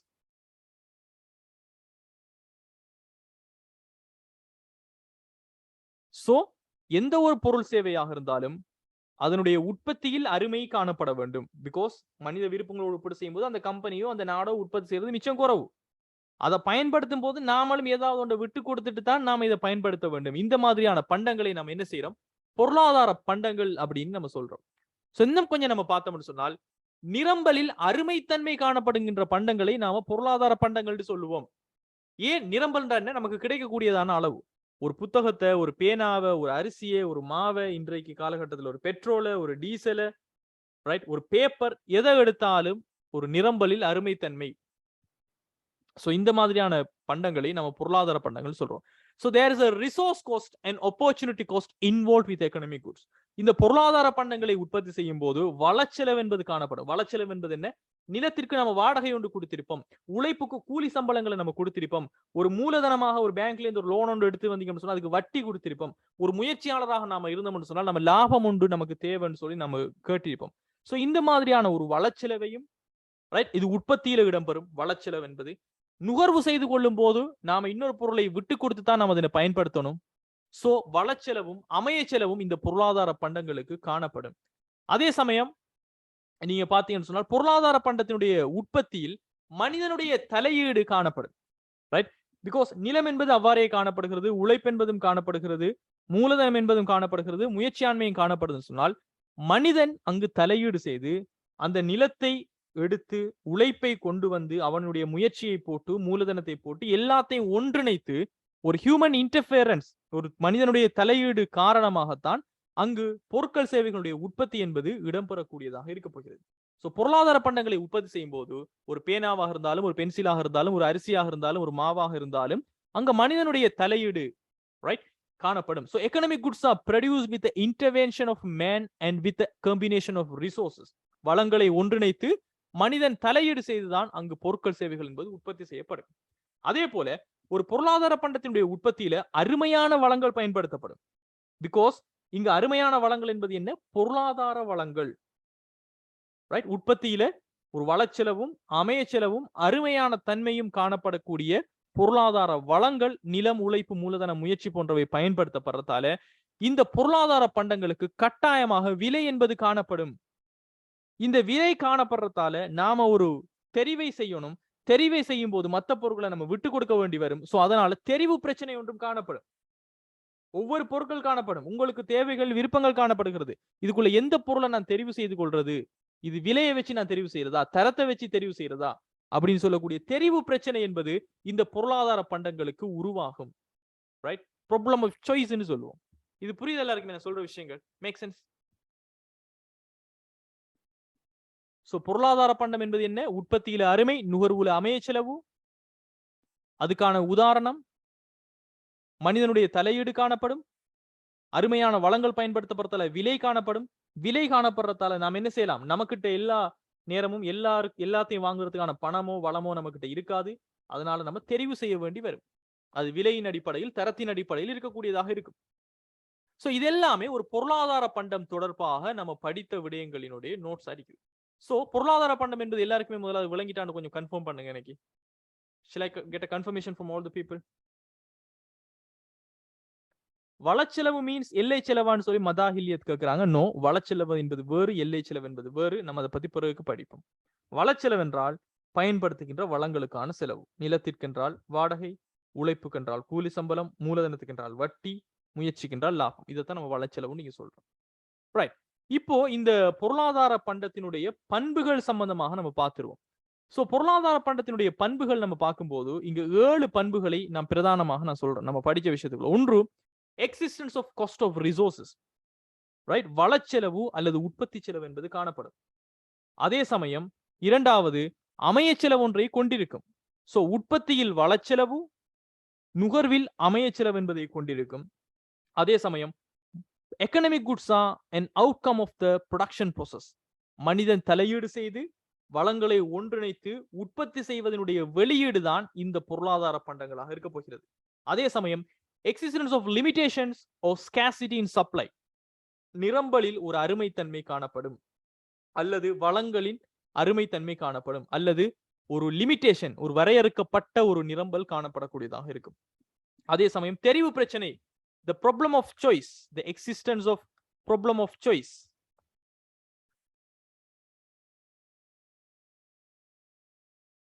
Right, இங்கு தெரிவு பிரச்சனை என்று சொல்லக்கூடிய ஒரு விஷயம் காணப்படும். அதே சமயம் அதிகமான பொருளாதார பண்டங்களுக்கு விலை என்பது காணப்படும். most of the economic goods are having a price. அதே மாதிரி ஒரு தெளிவான உரிமம் காணப்படும். யார் இந்த பொருளுக்கு உரிமையாளர் என்பதை தெளிவா நம்ம சொல்ல முடியும். அல்லது யாருக்கு இந்த பொருள் உரிமை மாற்றம் செய்யப்படுகிறது என்பதனை நம்மளால தெளிவாக நம்ம சொல்லக்கூடியதாக இருக்கு. இது எல்லாமே ஒரு பொருளாதார பண்டத்தினுடைய பண்புகளாக நம்ம பார்க்கிற விஷயங்களாக இருக்கிறது. சோ இதை வச்சு உங்கள்கிட்ட கொஸ்டின் வந்துட்டு கேட்கப்படலாம். இது புரிஞ்சது எல்லாருக்குமே? இந்த எல்லா பண்புகளும் யாருக்கு சரியான சில டவுட்ஸ் இருக்குதா? Are you all having any doubts?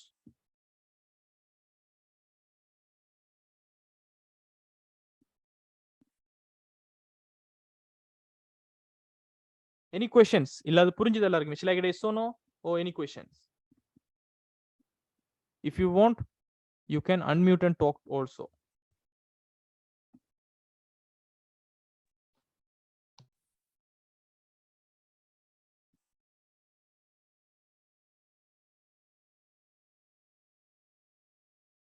ஏழாவது கொஞ்சம் எக்ஸ்பிளைன் பண்ண சொல்றீங்க. What is that? தெளிவான ஒரு உரிமம், existence of clear ownership.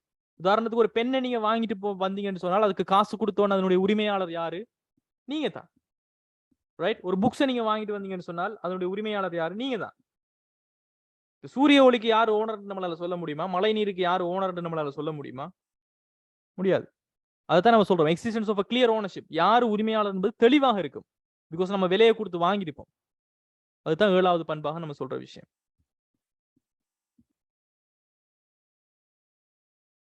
Sixth one, most of the economic goods are having a price. Simple. பொருளாதார பண்டங்களை நீங்க மதிக்கணும்னு சொன்னா விலை உண்டு காணப்படும். ஒரு ஃபுட் சிட்டிக்கு போங்க, எல்லா பொருட்களுக்கும் விலை காணப்படும். அப்ப எல்லா பொருட்களுக்குமே என்ன? பொருளாதார பண்டம். காரணம், உற்பத்தியில ஒரு வளச்செலவு, நுகர்வுல ஒரு அமைய செலவு எல்லாமே காணப்படும். பெரும்பாலும் எல்லா பொருட்களுக்குமே விலை காணப்படும். யாருமே நமக்கு ஃப்ரீயா தர போறது கிடையாது. பிகாஸ் அவங்களுக்கு ஒரு உற்பத்தி செலவு, அவங்களுக்கு ஒரு வளச்செலவு ஏற்படும். உதாரணத்துக்கு நம்ம இந்த கிளாஸ் எடுத்துக்கொள்றோம். இந்த கிளாஸ் என்பது ஒரு பொருளாதார பண்டமா இல்லையா students? Is it free goods or is it economic goods? It's an economic goods because we are incurring cost. உற்பத்தி செலவு என்பது இங்க காணப்படுகிறது, வளச்செலவு என்பது காணப்படுகிறது, நுகர்வுல உங்களுக்கு அமைய செலவு என்பது காணப்படுகிறது. தெரிவு பிரச்சனையும் அமைய செலவும் உண்டாண்டா நோ அனுஷினி. தெரிவு பிரச்சனை என்பது வேறு, அமைய செலவு என்பது வேறு. தெரிவு என்பது காணப்பட்டால் தான் அமைய செலவு என்பது காணப்படும். தெரிவே உங்களுக்கு இல்லை என்றால் அங்கு அமைய செலவு என்பது கிடையாது. இப்போ உங்களுக்கு ஒரு 4-5 ஆப்ஷன் இருக்கும் போதுதான் ஒன்றை தெரிவு செய்வதற்கான வாய்ப்பு கிடைக்கும். உங்களுக்கு சாய்ஸே ஒன்று தான் என்று சொன்னா அங்க வாய்ப்பே கிடையாது. ரைட்? இப்போ உதாரணத்துக்கு நீங்க ஒரு வெட்டிங் ஒன்றை எடுத்துக்கொள்றீங்க. உங்களுக்கு வெட்டிங் பண்றதுக்கு ஒரு 4 பேர் பார்த்திருக்கிறாங்க, ஒரு 4 மாப்பிள்ளை பார்த்திருக்கிறாங்கன்னு வச்சுக்கோங்க. சோ அந்த 4 மாப்பிள்ளை பார்த்திருக்கிறாங்கன்னு சொன்னா தான் உங்களுக்கு 3 ஆப்ஷன் இருக்குது. ஒருத்தர் தான் இருக்கிறாரு, அவர் தான் நீங்க வெட்டிங் பண்ணணும்னு சொல்லி வீட்டுல சொன்னாங்கன்னா உங்களுக்கு ஆப்ஷனே கிடையாது. அங்க தெரிவு செய்யற பிரச்சனையே கிடையாது. சோ தெரிவு என்கின்ற ஒரு பிரச்சனை வந்தால் தான் அங்கு அடுத்தது இழக்கிறோம். அதுல எது பெஸ்ட்ங்கிறது அதுக்கு பிறகு தான் அது வரும். சோ தெரிவு என்கின்ற ஒரு விஷயம் இருந்தால் தான் அங்கு அமைய செலவு என்பது தோன்றும். புரியுதா? சோ தெரிவும் அமைய செலவும் வேறு வேறு. ஆனால் தெரிவு இருந்தால் தான் அங்கு அமைய செலவு என்பது வரக்கூடியதாக இருக்கும். Make sense? If you have choice only, you will lead to the opportunity cost. If you don't have any choice, there is no opportunity cost. Public குட்ஸும் பிரைவேட் குட்ஸும் எக்ஸாம்பிள் என்ன? அதை நம்ம படிக்கும்போது பார்ப்போம். அன்பாஸ் நதான் அலீஸ் எனக்கு மிஸ் கால் போடுங்க வாட்ஸ்அப்ல. I will check. Okay. So இது எல்லாமே நம்ம பொருளாதார பண்டங்கள் சம்பந்தமாக நம்ம படிச்சிருக்கிற விஷயங்கள். ஸோ அதே மாதிரி வளங்களினுடைய வகைகள் சம்பந்தமாக நம்ம படிச்சிருக்கிறோம். ஸோ நெக்ஸ்ட் கிளாஸ்ல நம்ம இந்த பொருளாதாரம் அல்லாத பண்டங்கள் என்பது என்ன, அதனுடைய பண்புகள், அதை பத்தி எல்லாம் நம்ம பார்ப்போம். சரியா? ஸோ டுடே கிளாஸுக்கு இது போதுமானதாக இருக்கும். ஸோ நெக்ஸ்ட் எக்ஸாம் எதுலன்னு சொன்னால், எக்ஸாம் வந்து பெரும்பாலும் WATல இருக்கக்கூடியதுல தான் இருக்கும். பிகாஸ் A level எக்ஸாம் நம்ம முடிச்சிட்டோம், ஃபர்ஸ்ட் யூனிட் நம்ம முடிச்சதின் காரணமாக. எக்கனாமிக்ஸ் கொஞ்சம் A level பொறுத்த வரைக்கும் நிறைய டைம் எடுக்கும், பிசினஸ் ஸ்டடீஸும் டைம் எடுக்கும். பட் அடுத்தடுத்த AAT எல்லாமே எக்ஸாமா தான் இருக்கும். பிகாஸ் AAT கிளாஸை பொறுத்த வரைக்கும் FACல எக்ஸாம் இருக்குது. WAT பாஸ் பேப்பர்ஸ் மட்டுமே நான் எடுத்து செய்வேன். பிசினஸ் என்வாயர்மெண்ட் நாம ஒரு எக்ஸாம் முடிச்சிட்டோம். 2வது எக்ஸாம் நம்ம படிச்ச பொருட்கள் சேவைகள் அந்த வணிக சூழல் சம்பந்தமாக இருக்க போகிறது. எக்கனாமிக்ஸும் ஃபர்ஸ்ட் யூனிட் நாம AATல முடிச்சிட்டோம். ஸோ அதுலேயும் எக்ஸாம் இருக்க போகிறது. Business mathematics almost it's done. we have exam also in that. So அடுத்தடுத்த AAT கிளாஸஸ் எல்லாமே பெரும்பாலும் எக்ஸாம்ஸா இருக்கும். ப்ரிப்பேர் பண்ணுங்க, வீடியோஸ் நல்லா படிங்க, படிச்சுட்டு கிளாஸுக்கு வாருங்க. அதே மாதிரி உங்களோட பேமெண்ட்ஸை கொஞ்சம் அட்மின் மிஸ்ட கேட்டு கொஞ்சம் செட்டில் பண்ண பாருங்க students. If you don't pay for July. Right? So thank you all. See you in the next classes. Thank you. See you guys. Have a good day.